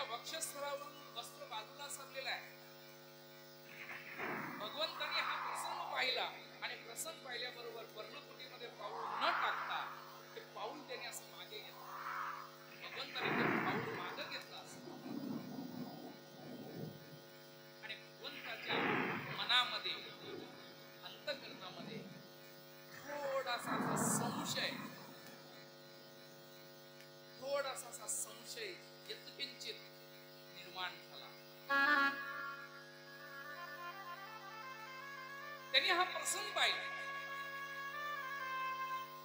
हा प्रसंग त्यांनी पाहिला आणि मनामध्ये विचार करू लागले. ते म्हटले आज आपण लक्ष्मणाची परीक्षा घ्यायची. लक्ष्मणाची आज परीक्षा घ्यायची. आणि म्हणून भगवंताने आपलं रूप पालन केलं. एका पोपटाचं रूप धारण केलं आणि त्या पर्णकुटीच्या बाजूला एक झाड होतं, वृक्ष होतं. त्या वृक्षावरती भगवंत पोपटाचं रूप धारण करून बसलेले आहे. आणि तो पोपट मनुष्यवाणीने, आतमध्ये लक्ष्मण पर्णकुटीमध्ये, पण तो पोपट मनुष्यवाणीने त्या वृक्षावरून लक्ष्मणाला आवाज येईल अशा उच्चार त्या पोपटाने उच्चार केला. आणि त्या लक्ष्मणाला उद्देशून शांती ब्रह्म एकनाथ महाराज श्री राम उवाच, म्हणजे त्या ठिकाणी तो शुकाच्या पोपटाच्या तोंडामध्ये हा श्लोक घातलेला आहे. आणि ते सांगतायत कोण आहेस, कोण आहेस असं म्हटल्यानंतर लक्ष्मण सावध झाले. सावध झाले. धाडशी त्याने डोळे असे उघडले. डोळे उघडले आणि पाहतायत तर आपल्या मांडीवरती आपल्या आईने डोकं ठेवलेलं आहे. पण आईच्या वक्षस्थळावरून पूर्ण वस्त्र बाजूला सरलेलं आहे. बरं आपण असं उठावं तर आईची झोप मोड होते.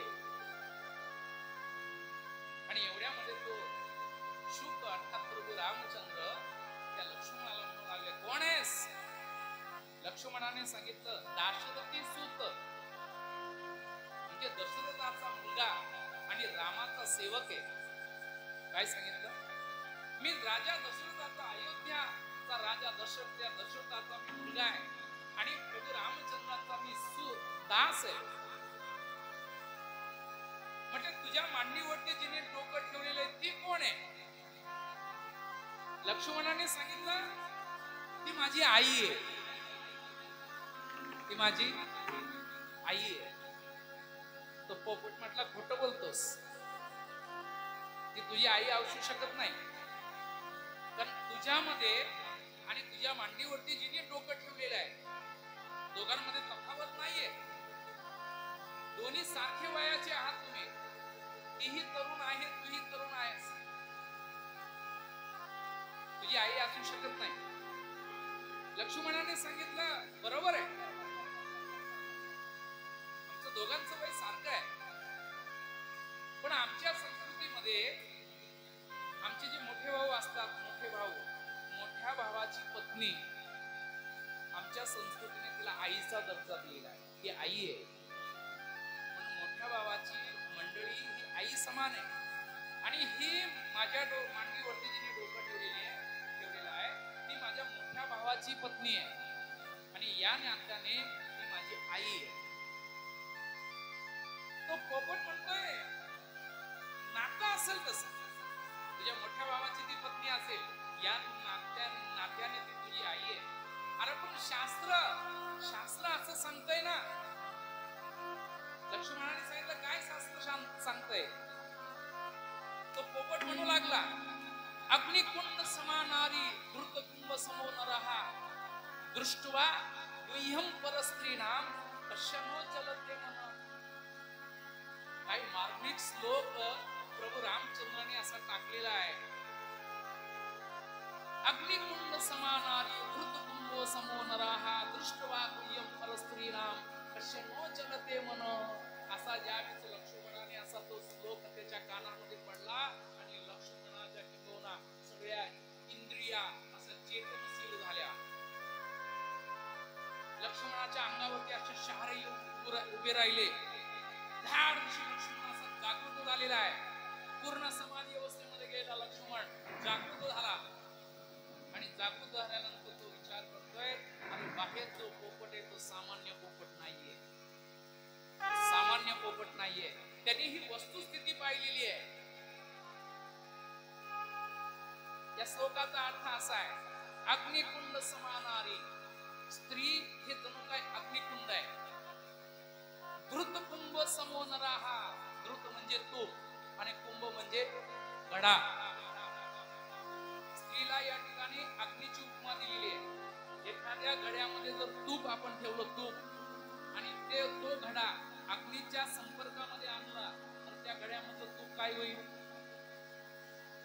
शिजलेलं तूप, घट्ट झालेलं तूप अग्नीच्या सानिध्यामध्ये आणलं तर त्या तुपाचं काय होईल? विरघळ. विरघळ. दृष्ट्वा गृह्यं परस्त्रीना, परस्त्री आहे आणि परस्त्रीच्या गुह्य स्थळावरून गुह्य अंग जर किंवा दृष्टीस पडलं तर कश्य न चलते मन. त्यांनी सांगितलं की परस्त्रीचं गुह्यांग पाहिल्यानंतर कोणता असा पुरुष आहे की त्याचं मन विचलित होणार नाही. लक्ष्मणाने ज्यावेळेस हा श्लोक ऐकला आणि ऐकता क्षणी म्हटलं लक्ष्मण असं सावध झाला. ज्या माणसाने किंवा ज्याने हा आपल्याला प्रश्न विचारलेला आहे हा सामान्य दिसत नाही. हा कोणीतरी फार मोठा सर्वज्ञ असायला पाहिजे. बरं तो शास्त्राच्या आधाराने बोलतोय, तो शास्त्राच्या आधाराने बोलतोय. बरं तो बोलतोय तो काही चुकीचं बोलत नाहीये. लक्ष्मण विचार करतोय की ज्याने किंबहुना आपल्याला किंबहुना असं संबोधलेलं आहे तो सामान्य नाही, तो सर्वज्ञ असायला पाहिजे. परत तो बोलतोय तो शास्त्राच्या आधारे बोलतोय. परत तो बोलतोय तो 100% नाही 101% खरं आहे. दृष्ट्वा गुह्यं परस्त्रीणां कश्य न चलते मन. अरे परस्त्रीचं गुह्यांग पाहिल्यानंतर असा जगामध्ये कोणता पुरुष आहे की त्याचं मन विचलित होऊ शकणार नाही. मग तो लक्ष्मण देखील त्या पोपटाला म्हणतोय मी पण आडग्या गुरुचा बाडगा चेला, मी पण असा साधा कोणाचा चेला नाहीये. वशिष्ठांकडून किंबहुना मी ज्ञान प्राप्त करून घेतलेला आहे. विश्वामित्रांकडून किंबहुना मी ज्ञान प्राप्त करून घेतलेलं आहे. नवे नवे माझ्या ज्येष्ठ बंधू आहेत प्रभू रामचंद्र, त्या रामचंद्रांकडून मी ज्ञान प्राप्त करून घेतलेलं आहे. तू तर एक गुरुकडून ज्ञान प्राप्त करून घेतला असेल, पण माझ्या जीवनामध्ये मला 3 गुरु प्राप्त झालेले आहेत. मग त्या लक्ष्मणाने त्या पोपटाला उत्तर दिलं, ऐक कश्य न चलते मन. तू म्हणतोस ना या जगामध्ये कोणता असा पुरुष आहे की ज्याचं मन विचलित होऊ शकत नाही. मग ऐक. मग लक्ष्मणाच्या मुखातून आलेला उद्गार श्लोक आहे. पिता यस्य सचुर्भूतो माता चापी पतिव्रता श्रीराम सेवा निरंतस्य स्थैवं तस्य न चलते मनाहा. काय उत्तर गोड दिलेलं आहे. जसा मार्मिक प्रश्न आहे ना तसं मार्मिक उत्तर लक्ष्मणाने त्यांनी त्याच्या भाषेमध्ये दिलेलं आहे. हे पोपटा हे शुभ ऐक. ज्याचा वडील पिता यस्सो सुचिर्भूतो, ज्याच्या वडिलांच्या जीवनामध्ये पावित्र्यता आहे, ज्याची आई महान पतिव्रता आहे. पतिव्रता की ज्यांनी आपल्या जीवनामध्ये बस ज्याचं पाणी ग्रहण केलेलं आहे त्याच्या व्यतिरिक्त किंबहुना दुसरा पुरुष म्हणजे तिच्यासाठी किंबहुना तो पिता समान आहे, भाऊ समान आहे. तिने परपुरुषाकडे किंबहुना पाहत असताना किंबहुना नेहमी भावाच्या दृष्टीने पिताच्या दृष्टीने जिने पाहिलेलं आहे. आपल्या जीवनामध्ये बस पती हाच परमेश्वर या दृष्टीने किंबहुना जिचं जीवन व्यतीत झालेलं आहे. पिता यशो सुचिर्भूतो माता चापी पतिव्रता, ज्याची आई पतिव्रता आहे. आणि श्रीराम सेवा निरंतस्य, ज्याचं जीवन सातत्याने भगवंताच्या सेवेमध्ये किंबहुना लीन झालेलं आहे. अशा पुरुषाचं मन तस्य पुरुषो न कष्टती मनाहा. अशा पुरुषाचं मन विचलित होऊ शकत नाही. लक्ष्मणाने सांगितलं अरे जो श्रीराम सेवांच्या सेवेमध्ये तत्पर आहे, निरंतर आहे, असा जो कोणी पुरुष असेल ना त्यांनी परस्त्रीचं गुह्यांग बघो नाही तर आणखी काय बघो, पण त्याचं मन कदापि विचलित होऊ शकणार नाही. असं ज्यावेळेस लक्ष्मणाच्या मुखातून उत्तर आलं ना त्यावेळेस मात्र तो झाडावरती बसणारा पोपट तो म्हणतोय वा, अरे भाऊ असा तर लक्ष्मणासारखा असावा. भगवंताने आपलं रूप प्रगट केलेलं आहे आणि मग आलेले आहेत पुढे भावार्थ रामायणामध्ये हा प्रसंग आलेला आहे. मला सांगायचं तात्पर्य की लक्ष्मणाच्या जीवनामध्ये किंबहुना परस्त्रीबद्दल किती भावना आहे, किती आदर आहे, किती आदर आहे. सीतेमातेबद्दल तर आदर आहेत, पण मगाशी आपण सांगितलं ना की बाह्य प्राण रामाचा बाह्यांग प्राण आहे, बाहेरचा प्राण म्हणजे लक्ष्मण आहे. संत तेथे विवेका. जिथे संत आहे तिथे विवेक आहे, आणि जिथे राम आहे तिथे लक्ष्मण आहे. और मला सांगा, आपली सावली आपल्यापासून भिन्न आहे का हो? आपली सावली आपल्यापासून भिन्न आहे का? सावली ही आपल्यापासून भिन्न राहू शकत नाही. तसा राम लक्ष्मणापासून भिन्न नाहीये. हे दोन्ही एकच आहे. जसं सावलीने आपण एकच आहोत, तसं लक्ष्मण आणि राम हे एकच आहे. हे रामायणामधला भगवंताचं जे प्रेम आहे ना, प्रेम, हे लक्ष्मणावरती किती प्रेम आहे बघा. भगवंताला स्वतःच्या वडिलांचा वियोग झाला, राजा दशरथाचा वियोग झाला. राजा दशरथाच्या बरोबर 3 माता आहेत. या 3 मातेचा भगवंताच्या जीवनामध्ये वियोग झाला, पण भगवंताने तो वियोग सहन केला. भगवंताने, प्रभू रामचंद्राने आपल्या जीवनामध्ये तो वियोग सहन केला. जानकी माता, सीता माता, सीते मातेचा देखील भगवंताच्या जीवनामध्ये वियोग आहे. वियोग आहे का नाही? भगवंताने सीतेचा त्याग केलेला आहे, त्याग केलेला आहे. रामचरितमानस मध्ये तुलसीदास गोस्वामींनी किंबहुना या प्रसंगाला हात घातला नाही. उत्तरकांड तुलसीदास गोस्वामींनी लिहिला नाही. हा वादाचा विषय आहे. हा वादाचा विषय. काही मंडळींचं मत आहे की रामाने सीतेचा त्याग केला हे कितपर योग्य आहे, याच्यावरती चिंतन काय केलं तर तो खूप मोठा वादाचा विषय आहे. आपल्याला त्या विषयामध्ये जायचं नाहीये. पण भगवंताने सीतेचा त्याग केला, सोडून दिली सीतेला. भगवंताच्या जीवनामध्ये वियोग आहे, आणि 14 वर्ष देखील किंबहुना 6 महिने वियोग होते ना, लंकेमध्ये ज्यावेळेस गेलेले त्या वियोग आहे. म्हणजे भगवंताला राजा दशरथाचा स्वतःच्या वडिलांचा वियोग त्यांना सहन करावा लागला, सहन केला. आया म्हणजे स्वतःच्या आईचा वियोग त्यांनी सहन केला, बायकोचा वियोग सहन केला, भरताचा वियोग सहन केला. पण एक सांगू का, प्रभू रामचंद्रांच्या जीवनामध्ये लक्ष्मणाचा वियोग हा भगवंताला सहन झाला नाही. भगवंताला सहन झाला नाही हा वियोग. 11,000 वर्ष राज्य चालवलं, 11,000 वर्ष राज्य अयोध्येमध्ये भगवंताने केलं. आणि ज्यावेळेस साकेत धामामध्ये जाण्याचा प्रसंग आला, त्यावेळेस साकेत धामातून निरोप आला. साकेत धामातून भगवंताला साकेत धामातून निरोप आला. प्रत्यक्ष त्या ठिकाणी काळ, अयोध्येमध्ये त्याचं आगमन झालं. एका ऋषीच्या वेशामध्ये त्या ठिकाणी तो आलेला आहे. यमदूत आहे, यमद म्हणायला हरकत नाही. आता यम म्हणजे काळच आहे ना. तो प्रत्यक्ष तो एका ऋषीच्या वेशामध्ये अयोध्येमध्ये त्याचं आगमन झालेलं आहे. भगवंत सभेमध्ये बसलेले आहेत आणि निरोप, द्वारपाळांनी निरोप सांगितला. म्हटले, महाराज, कोणीतरी साधू आपल्या दर्शनाकरता आलेले आहेत. सभा बरखास्त झाली आणि लक्ष्मणाला सांगितलं, लक्ष्मणा, कोण साधू आहे आलेले दर्शनाकरता, आपण त्याचा आदर तिथ्य करून आपण त्यांना घेऊन यावं. लक्ष्मण गेले, नमस्कार केला साधूच्या चरणावरती. श्री संतांच्या माता चरणावरी साष्टांग करी दंडवत नमस्कार केला. आसन दिलं, पाद्यपूजा वगैरे केली. आणि मग प्रभू रामचंद्राने त्यांना विचारलं, महाराज, येण्याचं प्रयोजन, आपलं येण्याचं प्रयोजन काय? अयोध्येमध्ये किंबहुना आपण येण्याचं प्रयोजन काय? कष्ट तुम्ही आपण केलात तिथपर्यंत येण्याचं. आम्हाला निरोप पाठवला असता तर आम्ही तुमच्या दर्शनाकरता आलेलो असतो.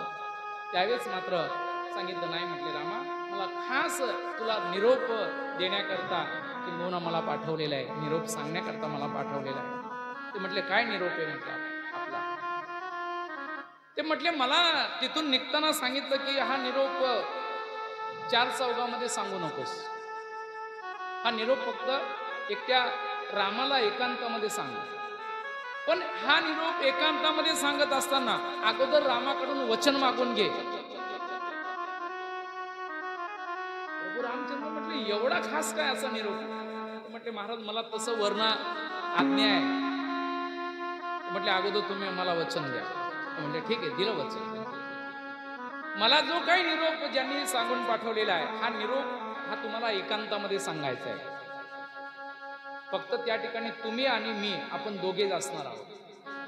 आणि हा निरोप मी तुम्हाला सांगत असताना समजा तिसरा मनुष्य जर त्या ठिकाणी आला आणि आपला हा संवाद जर त्याने ऐकला, तर तुम्ही त्याला मृत्यूदंड द्या. तुम्ही त्याला मृत्यूदंड द्यायला पाहिजे असं तुम्ही मला वचन देत असाल तर मी तुम्हाला तो निरोप सांगतो. प्रभू विचार करू लागले की असा काय निरोप, बरं एवढं शासन त्या निरोपामध्ये की तिसऱ्या माणसाने तो निरोप जर ऐकला तर त्याला मृत्यूदंड, म्हणजे स्वतःहून आपण मृत्यूदंड द्यायचा. भगवंताने सांगितलं, वचन दिलं, रघुकुल रीत सदा चली आई, प्राण जाई पर वचन न जाई. त्या ऋषीला, त्या साधूला सांगितलं, मी तुम्हाला वचन देतो की दोघांचा संवाद चालू असताना त्रयस्थ कोणी आला तरी मात्र मी त्याला मृत्यूदंड, माझ्या हातून त्याला मृत्यूदंड देईल. लक्ष्मणाला सांगितलं, लक्ष्मणा सगळ्यांना बाहेर काढले. लक्ष्मणाला सांगितलं, द्वारावरती उभा राहा. तू त्या द्वारावरती उभा राहा आणि त्रयस्थ मनुष्य आतमध्ये येता कामा नये. आमच्या दोघांचा संवाद चालणार आहे. बरं तो संवाद किती काळ चालेल काय सांगता नाही. अर्धा तास, 1 तास, 2 तास, किती वेळ चालेल सांगता येत नाही. पण त्या कालावधीमध्ये मात्र त्रयस्थ मनुष्य आतमध्ये येता कामा नये. लक्ष्मणा, तू त्रयस्थ कोणी जर मनुष्य आला तर तू त्याला त्या द्वारावरती थांबून ठेवायचं. झालं, ठरलं. सगळे बाहेर निघाले. दरवाजा बंद झाला आणि दरवाजाच्या पलीकडे लक्ष्मण दंड देऊन उभे राहिले की त्रयस्थ मनुष्य आतमध्ये जाता कामा नये. आणि मग आतमध्ये प्रभू रामचंद्रांचा आणि त्या साधूच्या ऋषीच्या वेशामध्ये आलेला यम, दोघांचा संवाद सुरू झाला. यमाने सांगितलं, महाराज हात जोडले. सांगितलं, म्हटले काही नाही. म्हटले, महाराज आपला कालावधी संपलेला आहे. त्रेतायुग आता संपत आलेला आहे. तुम्ही 11,000 वर्ष अयोध्येवरती राज्य केलेलं आहे. साकेत धामामध्ये किंबहुना सगळे देवता आपल्या आतुरतेने वाट पाहत आहेत. म्हणून महाराज आपला अवतार कार्य आता या ठिकाणी संपवा. एक मर्यादा आहे, प्रत्येक माणसाला एक मर्यादा आहे. तशी माणसाची आयुष्याची देखील एक मर्यादा आहे. त्या मर्यादेच्या पलीकडे कोणालाही जाता येत नाही. आणि म्हणून हा निरोप मला ब्रह्मदेवाने, बृहस्पतीने, सगळ्या देवतांनी हा निरोप करून मला पाठवलेला आहे की आपण जाऊन सांगावं की आपलं अवतार कार्य संपलेलं आहे. साकेत धामामध्ये किंबहुना लोक तुमची वाट पाहत आहेत. असा दोघांचा संवाद चालू आहे. आणि त्याच वेळेस अयोध्येमध्ये नेमकं दुर्वासा ऋषींचं आगमन झालेलं आहे. दुर्वास ऋषी अयोध्येमध्ये आले आणि अयोध्येमध्ये आल्याबरोबर त्यांनी सांगितलं, कुठे राम आहे? राम कुठे? मला रामाला आत्ताच्या आत्ता भेटायचं. द्वारावरती लक्ष्मण महाराज उभे होते. लक्ष्मणाला सांगितलं, राम कुठे? लक्ष्मणाने नमस्कार केला आणि सांगितलं, महाराज एक महत्वाचं आतमध्ये मीटिंग चालू आहे, संवाद चालू आहे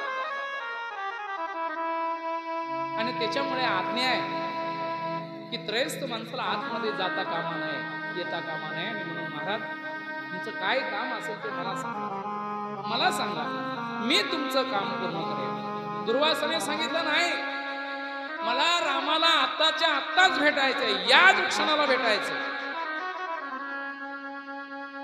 आणि जर या क्षणाला मला जर राम भेटला नाही तर लक्ष्मणा तुला माहितीये माझं नाव काय? दुर्वास.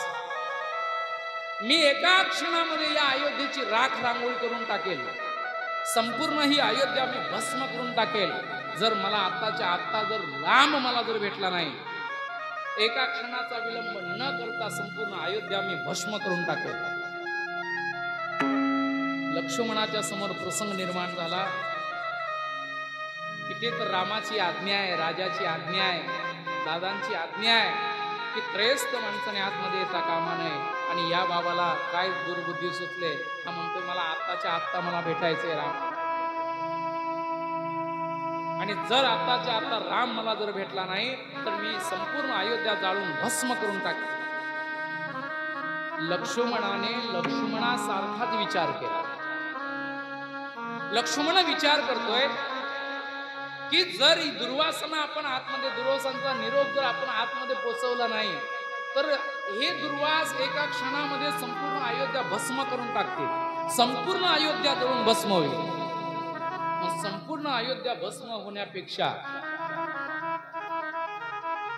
एक जर भस्म झाला तर संपूर्ण अयोध्येचे प्राण वाचतील. लक्ष्मणाने मागचा पुढचा विचार न करता दुर्वासांना सांगितलं, म्हटले महाराज एक क्षण तुम्ही थांबा, तुमचा निरोप काय आहे ना तो निरोप ताबडतोब जाऊन रामाला सांगतो, प्रभू रामचंद्रांना सांगतो. लक्ष्मणाने द्वार उघडलं आणि धावत किंबहुना त्या ठिकाणी भगवंताच्या चरणावरती नतमस्तक झाले आणि नतमस्तक झाल्यानंतर प्रणाम केला आणि सांगितलं, प्रभू दुर्वासा आलेले आहेत आणि दुर्वासांना आत्ताच्या आत्ता तुम्हाला भेटायचं, आत्ताच्या आत्ता तुम्हाला भेटायचं आहे. दोघांचा संवाद चालू होता. संवाद त्या ठिकाणी यमाने थांबवलेला आहे आणि भगवंताकडे पाहिलं आणि सांगितलं, प्रभू तुम्ही मला वचन दिलेलं होतं की आपल्या दोघांचा संवाद चालू असताना त्रयस्थ माणसाने येता कामा नये आणि त्रयस्थ मनुष्य त्या ठिकाणी आला तर तुम्ही त्याला मृत्यूदंड द्याल. तुम्ही प्रतिज्ञा केलेली आहे. ज्या कार्यासाठी मी आलो होतो ते कार्य माझं संपन्न झालेलं आहे. आता मी रजा घेतो. यम निघून गेले. दुर्वासा आलेले आहेत. प्रभू रामचंद्रांना विचारलं, बोला काय कसं काय न केलं? ते म्हटले काय नाही, म्हटले 12,000 वर्षाचा उपवास केलेला आहे आणि मला आता पारणं सोडायचंय, त्याच्यामुळे तुझ्याकडे काही सामुग्री असेल तर मला थोडीशी सामुग्री पाहिजे. 12 वर्ष उपवास केलेला आहे. मी असं म्हणतो 12 वर्षी यांनी उपवास केला, एक 15 मिनिटं थांबू शकत नव्हता? 12 वर्ष ज्यांनी उपवास केला तो थांबला, पण 15 मिनिटं थांबू शकत नव्हता? त्याला दिली सामुग्री, म्हटली ही घ्या सामुग्री. ते म्हटले काय ना बस, म्हटले माझं पण म्हणजे माझं कार्य सफळ झालं. म्हटले दुर्वासा निघून गेले. इथे भगवंताने रघुकुल रीत सदा चली आई, प्राण जाई पर वचन ना जाई. आपण वचन दिलेलं आहे. बरं हा मृत्यूदंड कोणाला? लक्ष्मणाला मृत्यूदंड द्यायचे. लक्ष्मणाला आपण कोणत्या हाताने मृत्यूदंड लक्ष्मणाला देणार? अरे सावलीसारखा आतापर्यंत आपल्या बरोबर उभा राहिला लक्ष्मण, त्या लक्ष्मणाला आपण मृत्यूदंड द्यायचा? भगवंताला काही सुचेना की आपण नेमकं काय करावं. धर्मवान राजा आहे, गुणवान, नीतिवान, पुण्यवान प्रभू रामचंद्र राजा आहे, पण प्रभूच्या समोर धर्म संकट उभं राहिलेलं आहे. स्वतः धर्माचं पालन करणार आहे, पण त्याच्यावरती ज्यावेळेस त्याच्यावरती प्रसंग येतो ना त्यावेळेस मात्र त्याला कळतं की आपला नेमका आता धर्म काय आहे. नीतिमत्ता आहे भगवंताकडे, पण आज नीतिमत्ता भगवंताचं डोकं चाललं ना की नेमकं नीती काय आणि अनीती काय. आपण कुठल्या बळाने किंबहुना लक्ष्मणाला आपण दंड द्यायचा, मृत्यूदंड द्यायचा. आणि म्हणून भगवंत असे बेचैन झालेले आहेत, काही सुचेना. मध्यरात्र अशी झालेली आणि मध्यरात्रीवरती भगवंत एकांतामध्ये आपल्या राजमहालाच्या आकाशावरती भगवंत चंद्राकडे पाहतायत, तारांकडे पाहतायत आणि विचार करतायत काय करावं आपण. आणि एवढ्यामध्ये लक्ष्मण त्या ठिकाणी आलेला आहे. लक्ष्मण आलेला आणि भगवंताला सांगतायत, प्रभू तुम्ही मनामध्ये निसंकोचपणा आणू नका. तुम्ही या रघुवंश कुळाची परंपरा आहे की ज्यांनी ज्यांना वचन दिले त्यांनी त्या वचनाची परिपूर्तता केलेली आहे. आणि म्हणून प्रभू तुम्ही मागचा पुढचा विचार न करता मला मृत्यूदंड द्या. लक्ष्मणाच्या मुखातून आलेले श्लोक आहेत, अत्यंत गोड असे चिंतनीय. त्यांनी सांगितलं, एकस्य मरणम मे अस्तु मा भूत सर्व विनाशनम न संताप महाबाहो मदर्थ कर्तव्य हरसी. लक्ष्मणाने सांगितलं, महाराज मृत्यू हा माणसाच्या जीवनातील एक अटल सत्य आहे. एकस्य मरणम मे असतो. माणसाच्या जीवनामध्ये मृत्यू हा सत्य आहे. घटना देहाची गावा आलिया, जन्म मृत्यूची सोलिया, ना मनो धनंजया जिया परी, नाही का? जातस्य ध्रुव मृत्यू ध्रुवम जन्म मृत्यूशच तस्माद परिहारेते नत्वम सोचित मरशी. आणि म्हणून महाराज तुम्ही निसंकोचपणाने किंवा मला मृत्यूदंड द्या. लक्ष्मणाला सांगितलं ठीक आहे लक्ष्मणा जा, मी उद्या काय याचं चिंतन करेल, विचार करेल आणि मग तुला मृत्यूदंड देईल. मध्यरात्रीला भगवंत वशिष्ठांकडे गेलेले आहे आणि वशिष्ठांना नमस्कार केला, प्रणिपात केला आणि वशिष्ठांना सांगितलं गुरुदेव 11,000 वर्ष किंबहुना निष्पाप मी हे अयोध्येचं राज्यकारभार चालवलं. सीतेचा काही दोष नसताना सुद्धा प्रजेच्या हितासाठी प्रजेमध्ये संशय निर्माण झाला की 6 महिने रावणाच्या घरी राहिली, ती पवित्र असेल. मला पूर्ण खात्री आहे माझी सीता पवित्र आहे, पण लोकांमध्ये संशय निर्माण झाला. प्रजा सुखी व्हावी याच्याकरता मी सीतेचा त्याग केलेला. हे मला माहिती असून सुद्धा एवढं मी कठोर निर्णय घेतला. सीतेचा त्याग करत असताना मला काहीच वाटलं नाही.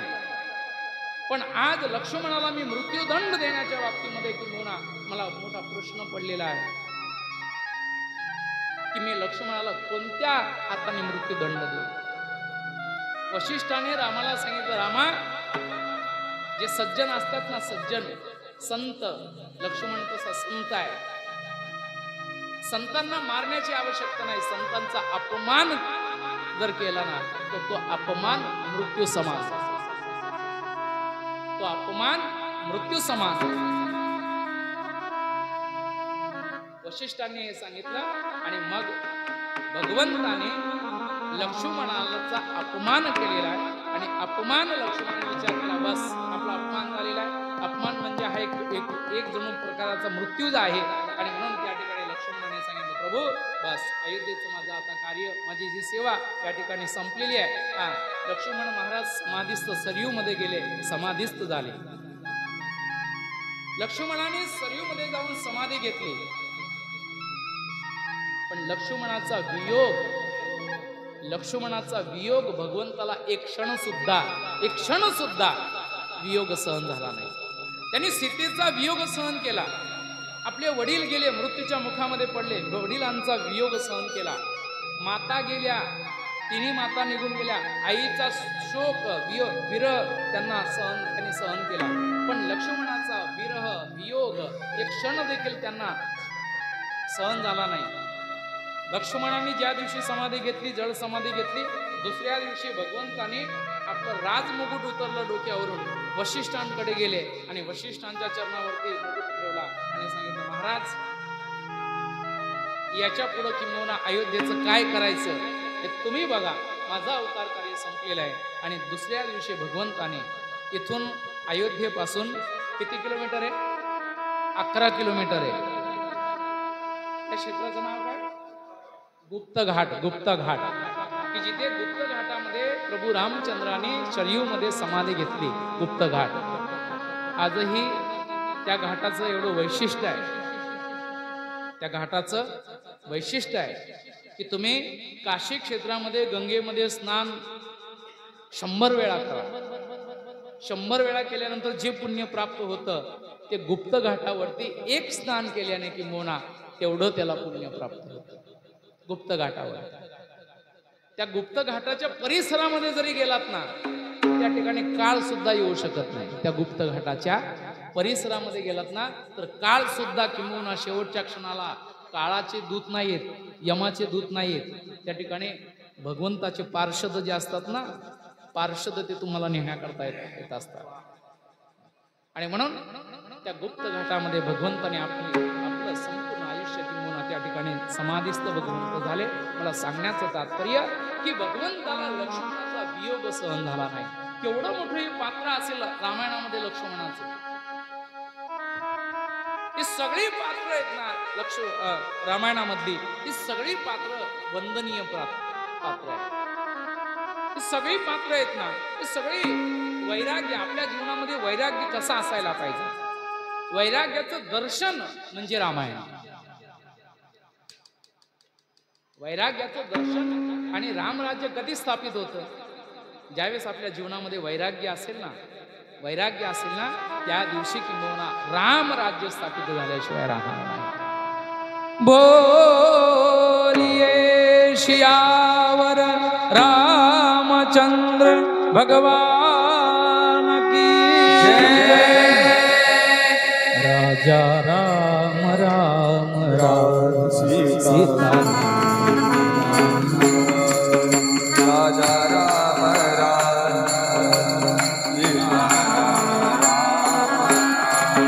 राजा राम राम राम सीता राम राम राजा राम राम सीता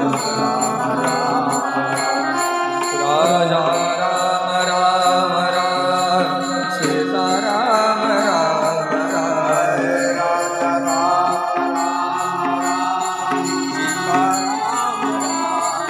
ओ राजा राम सीता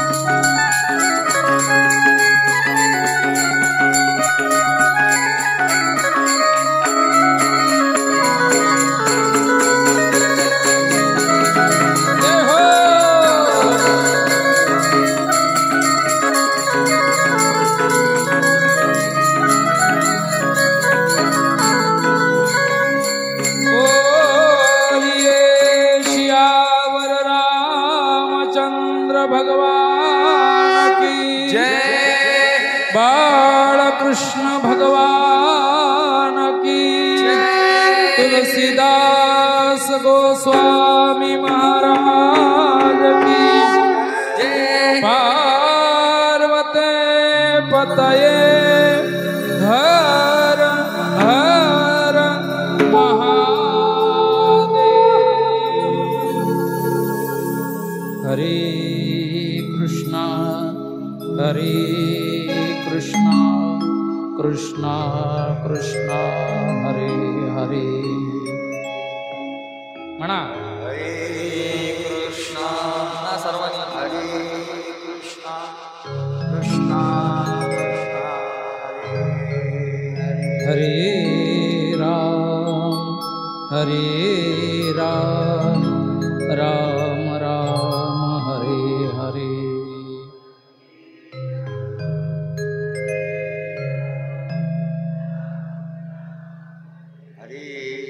हरे कृष्णा कृष्णा कृष्णा हरे हरे.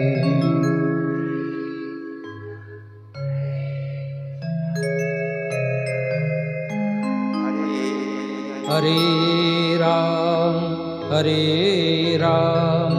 राम राम हरे हरे.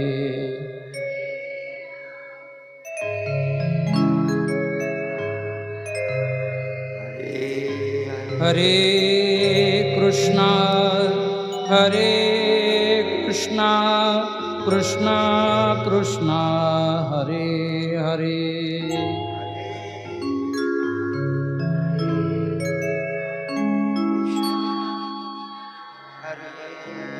हरे राम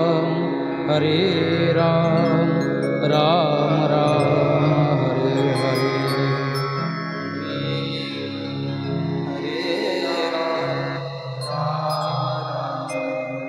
हरे